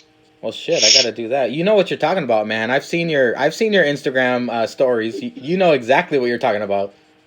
Yeah, my stepdad makes it way too boozy, so you got to find like the right amount per eggnog because we make it from scratch. Yeah. So if you find the right perfect amount of bourbon, makes it really, really delicious. Well, that's it. That was the Facebook questions. Oh, yeah, that was good. So now, you want answers? I want the truth. You can't handle the truth. Okay, here is Zenka's favorite segment of the week. I didn't know who was going to say it. Sorry. I'm going to let you take the reins. I'll give you a 5-second burst there so you can say it. First up, Matthew JH 138. That's the guy who just asked a Facebook question. Cool. Who wins in this dream match? The athletic blue chipper 2002 Brock Lesnar versus the dominant streak-ending 2014 Brock Lesnar. What say you, Tryon? Not Tryon. Ceizar. Streak-ending Brock. He's like bigger. Somehow he's bigger, he's meaner, and he's already won the UFC belt, so he's nastier. That's true, but if you remember, Brock Lesnar from back in the day could do the shooting star press. Horribly, but he could still do it. He could, but Brock from today only lays on his back after he gets kicked in the dick. And I don't know if young Brock is going to kick old Brock in the dick or not. So... You know what? I'll side with you. The dominant streak-ending Brock, he can murder everybody because he doesn't lose that often nowadays. No, yeah, I mean, the only time he lays down is after getting hit in the dick or when he slaps you with an F5. Like, that's the only time his back is on the mat, so that's the only time the other one could do the shooting star press. Taking that dick hit. Yeah. Oh, we got an after party Jake here. Oh, shit. If you could remake any older video game with beefed up graphics, which one would you pick? Mine would be Alunger for the PS1. He's into video games, I've noticed. I've noticed. Legend of Dragoon on PS1. Oh, shit, dude. Hell yeah. I love that game. I've been thinking about that shit since they remade Final Fantasy VII on, like, the 4. I was like, yo, if they make fucking Legend of Dragoon, I'm fucking buying it. I've noticed they've remade all of my favorite video games. Like, my favorite one of all time is Final Fantasy VII, and they remade it. So it's like, it was slim pickings in my brain, but I did come up with one. Ceizar, do you remember Dino Crisis? Yeah, I remember Dino Crisis. It was a dinosaur survival horror game. Oh, yeah. It was half creepy, half funny, because the fucking dinosaurs were like supposed to be the zombies of the game and shit, but they did have some freaky creatures in it. Oh, yeah. Oh, fuck, I haven't thought about that shit in years. That was the first one that popped into my head after Final Fantasy VII, but they remade it already. Yeah. Hashtag, haha, I'm on Instagram too. Hashtag, now you will know how much this sucks. Hashtag, I hope you flub some of these hashtags. Fucking prick. Hashtag. I told you not to read them. I told you not to read them. Hey, man. I'm giving them the benefit of the doubt. It's Christmas. No. Okay. Hashtag, like a true mega pounder, I could really go for some pizza rolls right now. Hashtag, I blew my hashtag load on the Facebook questions. Hashtag, or did I? Hashtag revenge. You dick. Hashtag. Told you. Hashtag happy Christmas. Happy Christmas Eve hangover special. Hashtag I hope Santa brings you both hookers and blow for Christmas. Hookers and blow. Hashtag happy Hanukkah for the Jews. Hashtag Merry and or Happy Kwanzaa for whoever celebrates that. I was about to say, don't be racist, Jake. What's Kwanzaa? Hashtag I'm uncultured and still am not sure what Kwanzaa is. Ceizar, would you like to shine a light on this? I don't know what that shit is. Some black people. I don't know. All right, get ready. The Great Gretzky, 99. 99! Yowie wowie. Vince McMahon brought out a certain pornographic company. Hold on, let me restart that. I flubbed it already. Vince McMahon bought out a certain pornographic company. Now that I'm 18, I can legally know about them. And is bringing a WWE spinoff to a Pornhub near you. He bought out and now owns Casting Couch. But the new set is the Firefly Funhouse. Okay. What two superstars are starring in your ideal Funhouse couch? What role do the puppets have in the film?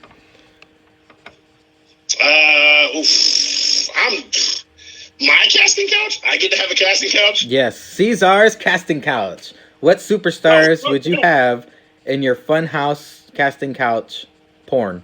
It ain't gonna be two. Oh. All right, I'm having the new Diva search with all them bitches, and I'm trying them out one by one till I damn die. What are the puppets? All right, the puppets. The puppets are the judges to see who gets to move on to the next rounds. So after you're done crumbing, they hold up cards? Yeah, they hold up cards giving the girls performance. They got to act. They got to come in looking sexy, try to hit me with a wrestling move while we're banging. And then, then I'm crumbing them. And then the puppets give their rating and their little speeches. Oh, hey, I like the way she sucks a mean cock. Shit like that. And then, they get points and they move on to the next round. And the winner gets to keep their job and not have to bang me anymore. And the rest of the losers have to keep banging me. Well, plus the next one. You can have Huskus eating out Naya's chili hole. Yeah, that's what he's doing all day, every day. In the corner, just going ham. He just holds up his card and, he's like, 9. And then, keeps it moving. Hashtag Ceizar is Mary's baby's daddy. Hashtag Mangria is Christmas. Hashtag because I'm Jewish, this isn't sacrilegious. Hashtag if Jake is Santa, stay away from his lap, kids. Savage Alpha Foxtrot. Choose how you die. Run over by Santa's sleigh, baked into gingerbread and eaten by the fiend, or crushed by the immense weight of Jake's sadness. Fuck that last one.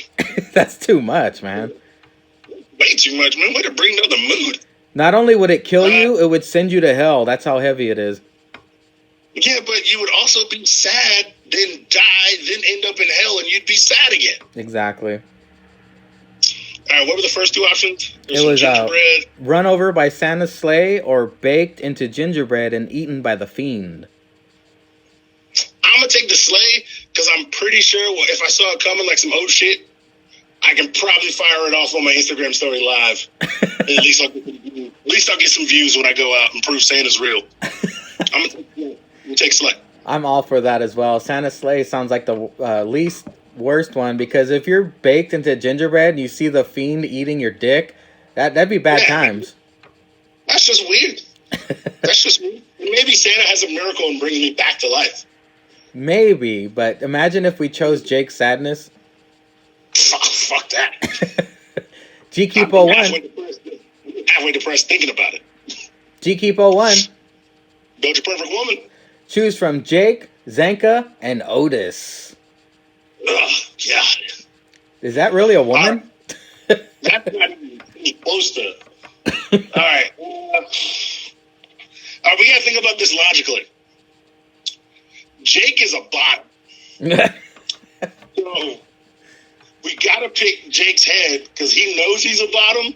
Because if we pick Zanka's head or Otis's head, they're going to want to be a top. Well, plus if we pick Zanka's head, he's going to be cursing at us the whole time. The whole time and shit. I ain't got time for that. It's going to give me performance anxiety. He's like, get your dick up, asshole. Yeah. Why is this shit not hard, you prick? Here, I got this. Nah, man, hold on. Time out. This is my perfect woman. Don't forget about my chili hole. That's what I'm saying. So, we got to go Jake's head. Yes. So that's what I'm saying. Do you want to have Zanka's bottom or Otis's bottom? Oh, man. Jake has the titties, though. That's what I'm saying. Otis, he doesn't necessarily have titties. He's got the torso. You know what? Okay. Otis has kind eyes. I want kind eyes looking at me as I'm plowing them. Jake's got the titties, so we need the titties. Zanka's bottom half, it's got to be... it can absorb a ton of damage, like Terry Funk. So we got to take Zanka's butthole, Otis's face, Jake's titties.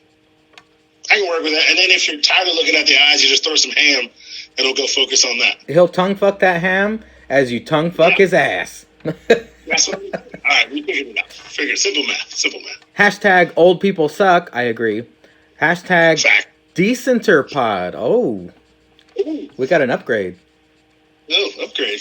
Cynic _ chaos. It's a fatal 4-way.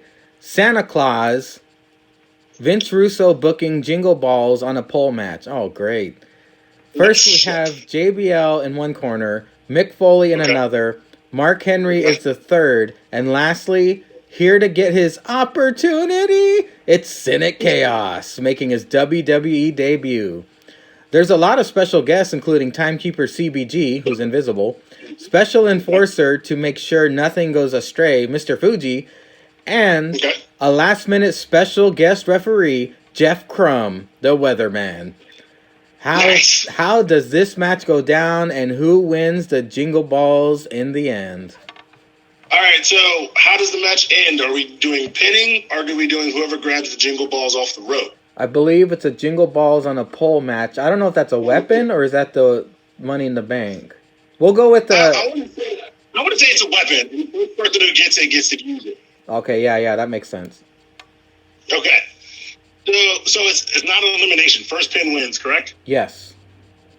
All right. So I want to say the match starts out as usual 4-way crap, blah, blah, blah. JBL obviously is going to try to cheat. He gets the salt in the eye from Fuji. As soon as he gets the salt, Mark Henry's fat ass is throwing Cynic Chaos outside. Mick Foley gets the pole. He beats JBL. He Russian leg sweep Mark Henry with the pole on his neck. And then Cynic _ Chaos does some sneaky shit to Mick Foley. Fuji catches him, salts in his eye. Foley grabs the pole again, beats Cynic Chaos to a pulp, puts the fingers down his throat. 1, 2, 3. Cynic Chaos gets pinned by Mick Foley in the pole match. Interesting outcome. However, Ceizar, I've seen Cynic Chaos. I've seen what he can do in the ring. I've seen the man who absorbs damage and still keeps coming back. Because you got to remember, he didn't specify which Mick Foley. So in my brain, I'm thinking the Mick Foley of today who's all rickety. So the match starts out with JBL beating down Mark Henry. They're having a pretty good back and forth in the corner. While Cynic Chaos beats the living fuck out of Mick Foley, who's a broken down man. While JBL and Mark Henry are fighting, Cynic Chaos climbs the pole. Cynic Chaos gets the jingle balls. And then Cynic Chaos uses those jingle balls like nunchucks and beats the fuck out of all three of them.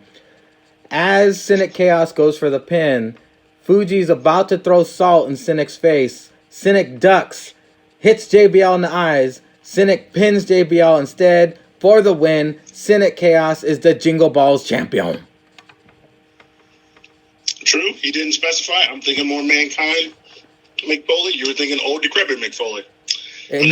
In your scenario, it's the legends in their primes. In my scenario, it's them of today. Even JBL, he looks kind of rickety today. So with the old man arthritis taking over all three of them, in my scenario, I got to give it up for Jason Atlas, a.k.a. Cynic _ Chaos. Funny story, we did both pick JBL getting salt in the eye.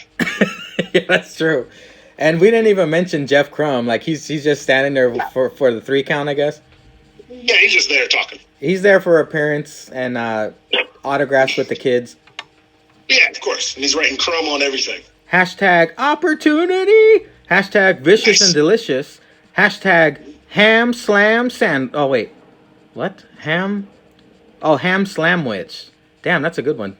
# Cesaro has more heat than the sun. # what a monster. # justice for Otis. # Jeff Crum for president.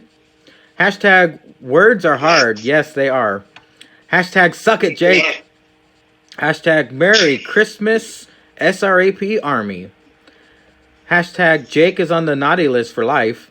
# Zanka's clinch butthole. # Cynic Mafia. # I got one. # Mr. Tryon, which is a reference to the Hangover Wednesday review show I did with Tryon. Tryon left us, Ceizar. He left us and joined the Cynic Mafia. I see how it is. I see how it is, Tryon.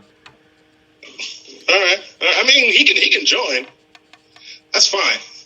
That is fine. But when Tryon gets inducted to the Hall of Fame, is it going to be a Mega Pounders with cheese or a Cynic Mafia ring? Wait, was Tryon? I thought it was only 4 Mega Pounders. Was there 5? No, we were going to recruit him, but we're still reviewing his application. Yeah, all right. Well, we need to trash it. # I think I need to recruit a cruiserweight next. # what do you say, Great Bretsky? 99! 99! # we will protect you from Jake. # he can't hurt you anymore.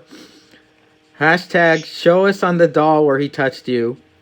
# even on Christmas, you mean even on Christmas, you, me, and Gene Snitsky will always be decent at best. # look out, baby Jesus, Snitsky. What? # look out, baby Jesus. Snitsky, it is punting. Oh, it's punting season. I fucked that up. I'm sorry, Cynic. Words are hard. Jake is somewhere rolling. Francois Moussoir. A certain studio hit you up to make a video game on the Steel Real After Party podcast.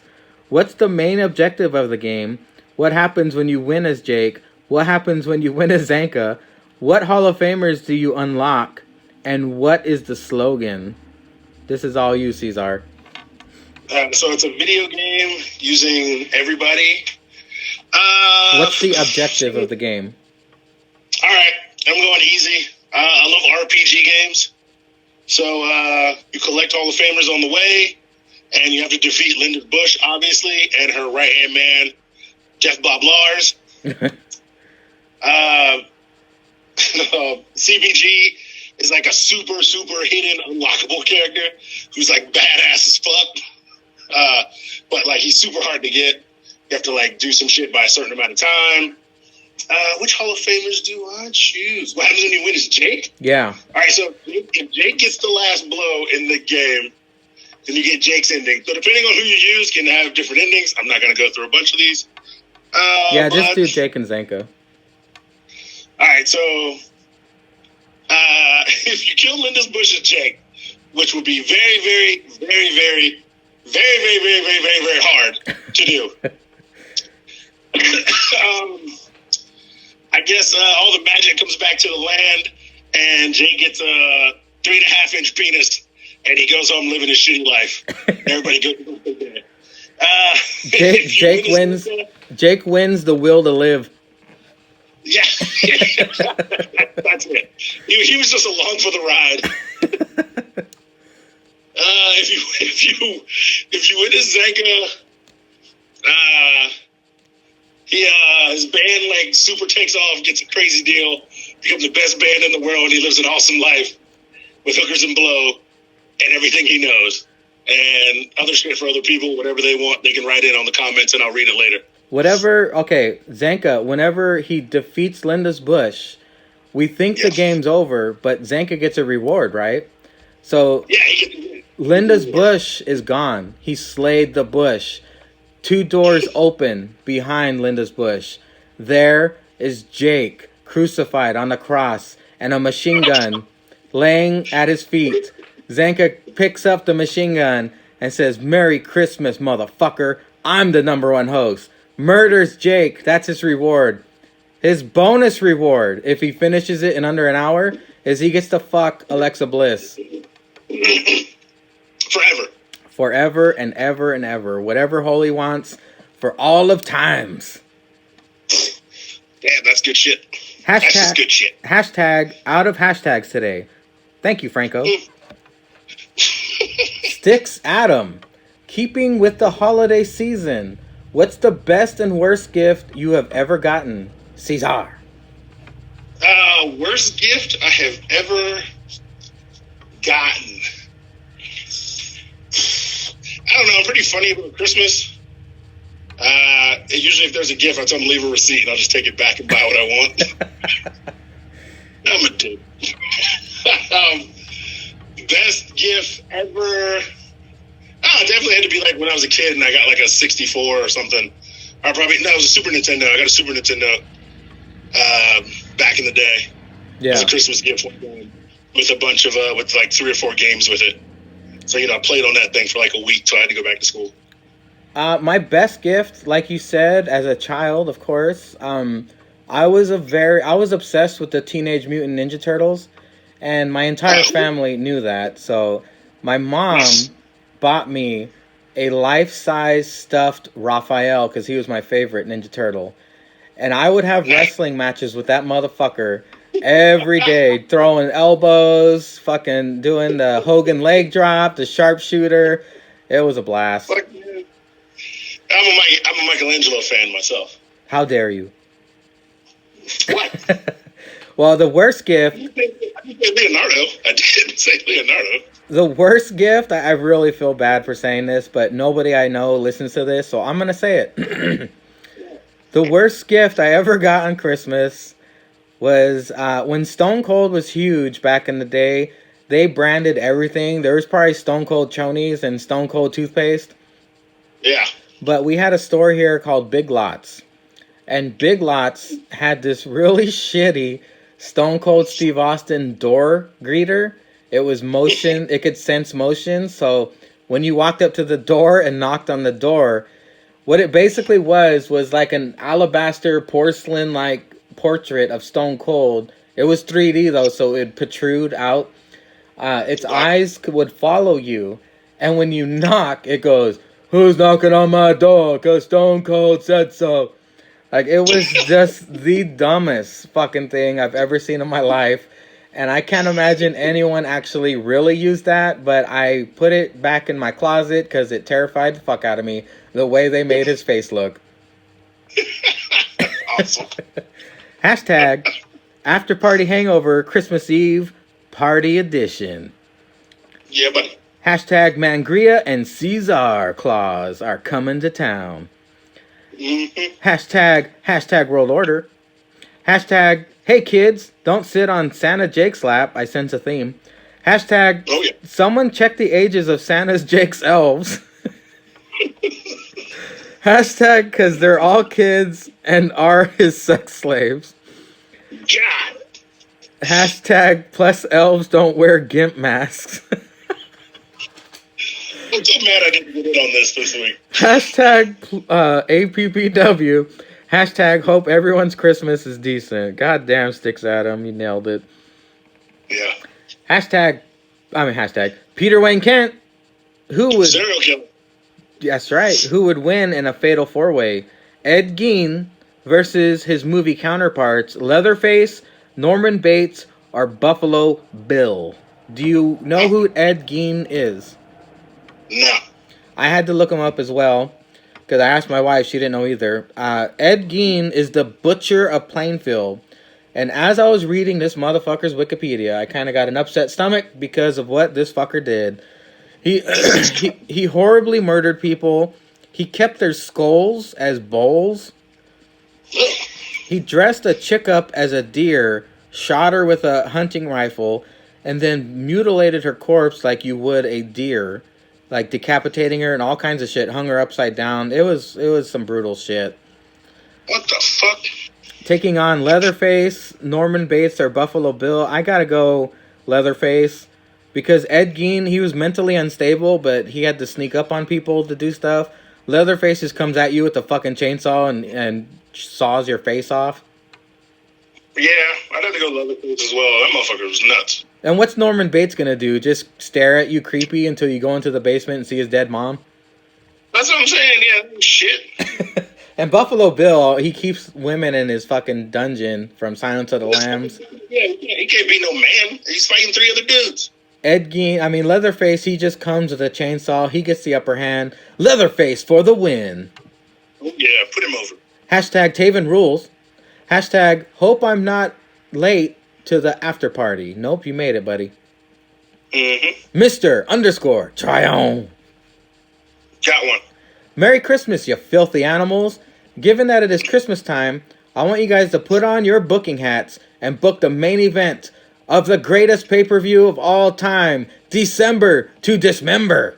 Rebook the Extreme Elimination Chamber main event with 6 members of the SRAP Army. Since Jake and Zanka aren't here to complain about it this week, I'm about to drop some hashtags. We'll get to that later, but December to Dismember.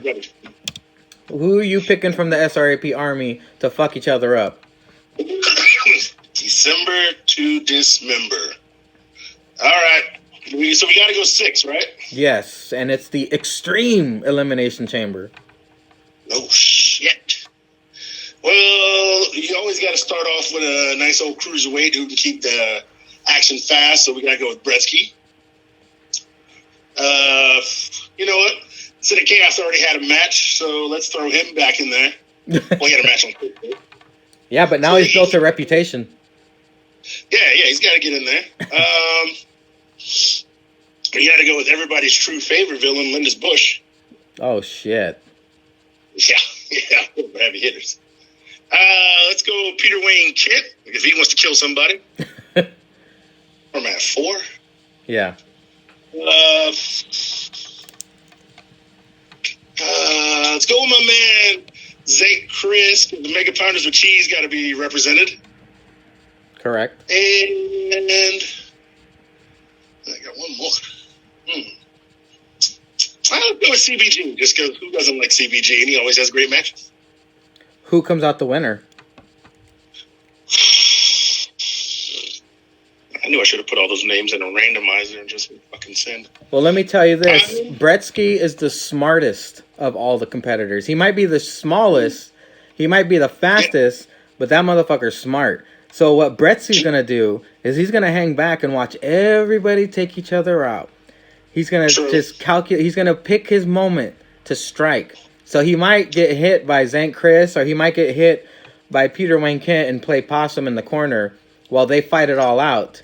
And in true heel style, this evil genius Bretsky sees Zank Chris conquer Cynic _ Chaos because, you know, Zank Chris is a make a pounder of cheese. We got to support our boy. However, Bretsky comes up from behind Zank Chris, dumps a pile of Legos on the ground, and does a schoolboy onto the Legos for the win. The Great Bretsky 99. You know, I'm with it. I'm with it.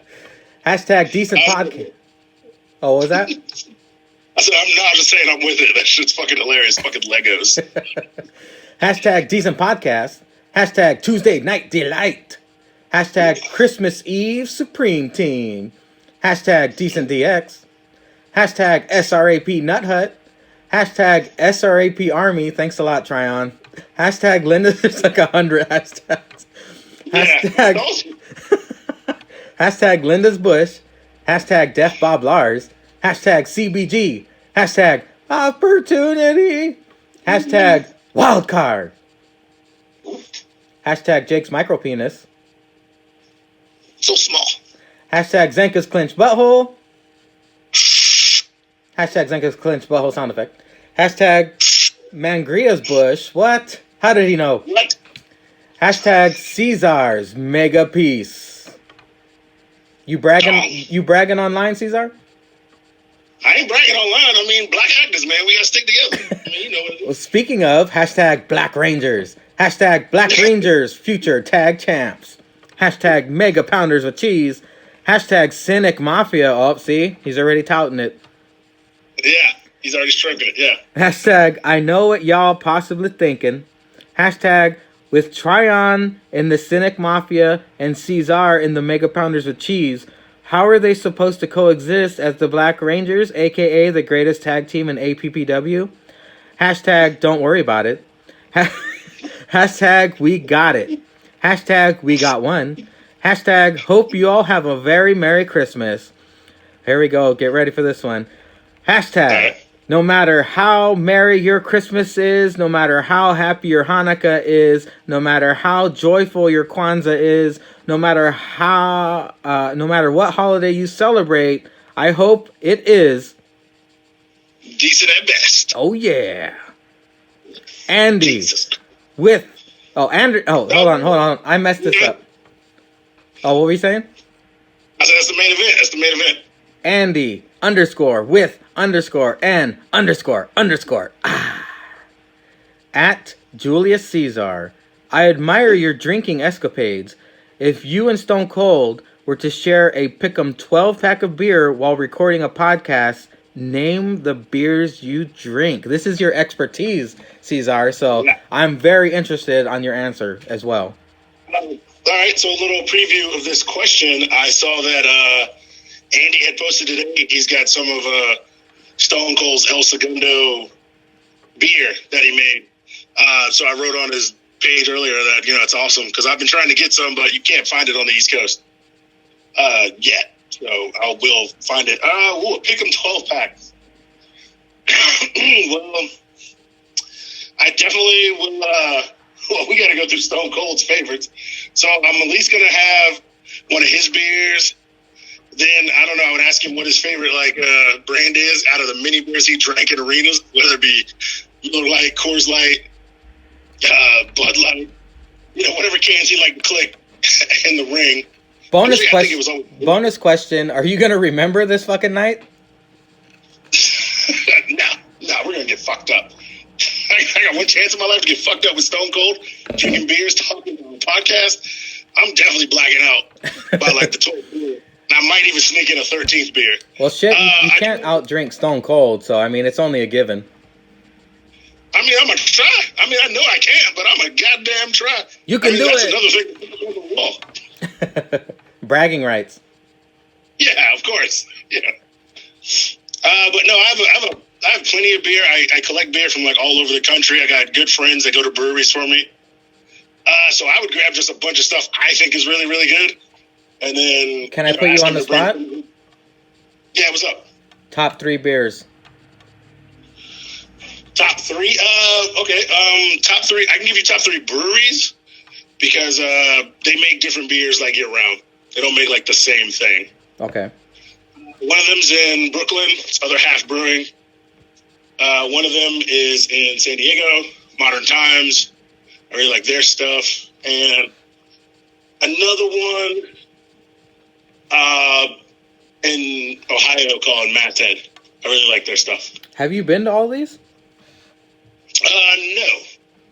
I've been to the one in New York. I've been to plenty of them in New York. I've been all up and down the East Coast. I have been out west, but it was before I could drink or got into craft beer. So now it's like another reason to go back out to visit like these places. What was the one? I've been to Masthead in Ohio, and that's a dope spot. Repeat that again. What's the name of it? Masthead Brewing. A Mad Ted? Masthead, Masthead. Hey, I'm writing these down. Masthead. I am going to the one in San Diego. I'll send you a picture from there. Oh, nice. Yo, they have a dope wall with like Michael Jackson made out of Post-it notes. It's like the most ignorant thing you've ever seen. Nice. Almost like somebody had to take like a day to do that, like a full 24 hours. Well, you should understand this as well as all of us alcoholics. When you drink, you get some really weird ideas. Yeah, definitely. Yeah, definitely. We have a female. Well, we have 2 females. Here's Lauren Ann, 21. If you could choose any wrestler from any company to team up with Natty's dead dad and win the tag team titles, who would it be? So it'd basically be someone doing all the work and a rotting corpse in the corner. Any company? Yeah. Well, then I'm going, selfishly, I'm going Julius _Ceizar from APP. Dude, you're the decent champion. You can take those. You can win the tag titles. I'm saying I had 2 belts. Well, 3 technically. Oh, Ceizar 2 belts. We got to get that shirt, son. So, what about yourself? Shit. Well, I'm trying to think of it logically. I probably should be thinking of a funny answer. Because you remember Braun, he couldn't find a tag partner, so he just beat down the bar by himself. Right, yeah. I gotta go Braun, because Braun's known for getting joke tag partners. So Natty's dead dad will just be another joke Braun partner. Mm-hmm. I don't think Natty's dead dad's corpse can support the weight of a belt, so Braun will just be holding the 2 belts on each shoulder and dragging the coffin on his back. Yeah, he just puts it on like a backpack and walks around. Oh, I understand now. Hashtag wife of Cynic Chaos. Oh, shit. Yeah. Okay. We got the wife of Cynic Chaos before the Steel Real Boys. Oh, shit. Oh, shit. Hashtag Kevin Owens sucks ass. What? She's out. Hashtag Merry Christmas. Well, Merry Christmas to you, too. Brittany Bomber, who is also a past guest on The Hangover. Who is the better Santa, Jake or Zanka? Who's the better, Santa? Yeah. Is she talking better gift giver because of the gifts they gave each other? Or is she talking about mall Santa? Yeah, because if it's mall Santa, it's probably... Well, Jake's out because he wants to diddle kids, so he'd want to be a mall Santa. I gotta go Zanka. So, yeah. I'd have to go Zanka as mall Santa. But I don't know, man. When Jake dressed up as Halloween as Death Bob Lars, Zanka popped for that shit. That's true. But he didn't get him shit for his birthday. Well, if you think about it, if Jake and Zanka were mall Santas, Jake would encourage the lap sitting, whereas Zanka would just fuck up kids all day long. True. He'd probably like... But those are the best people. he would toss elves at each kid or like stun them or like stab them with candy canes, so that'd be funny. But if we're talking real like friend Santa, I think Zanka would win that one as well because Zanka comes up with creative gifts. Yeah, so Zanka's the best Santa. Sorry, Jake, but Zanka Claus all day. All day. After Party Jake commented, I'm the favorite host of all space and time. Plus, I have the build of Santa, so it's a no-brainer. Yeah, but you're also like a pedophile, so no. Sorry, Jake, you can't win everything. Can't win everything, man. Can't win everything. Well, Ceizar, we did it, buddy. Awesome. We fucking did it. We did a 2-hour show. Can you believe that shit? I don't know how they do this every week. You see what we do for the Steel Real Army? See, we care. We want to bring them content. Anything for the people. Tag champs right here. People's host champs. Jake and right here. Jake and Zanka handed us the ball, and we took it all the way down the court, my brother. We are finished. Do you have any plugs you want to get out there for any breweries, any more breweries, or friends, or anything you want to shout out to? No, just drink responsibly. Just to cover my own bases. But I don't give a shit if you don't. Because you can't sue me. You don't know who I am. Hey, man. Let's all get drunk over the holidays and have a great time. Thank you for spending this time with me. You are my favorite guest on The Hangover. Perfect co-host for this Christmas Eve special. I hope you have a great Christmas. Happy New Year. All that good shit. To the people, thank you for listening. And as always, Ceizar, all hail Linda's Bush.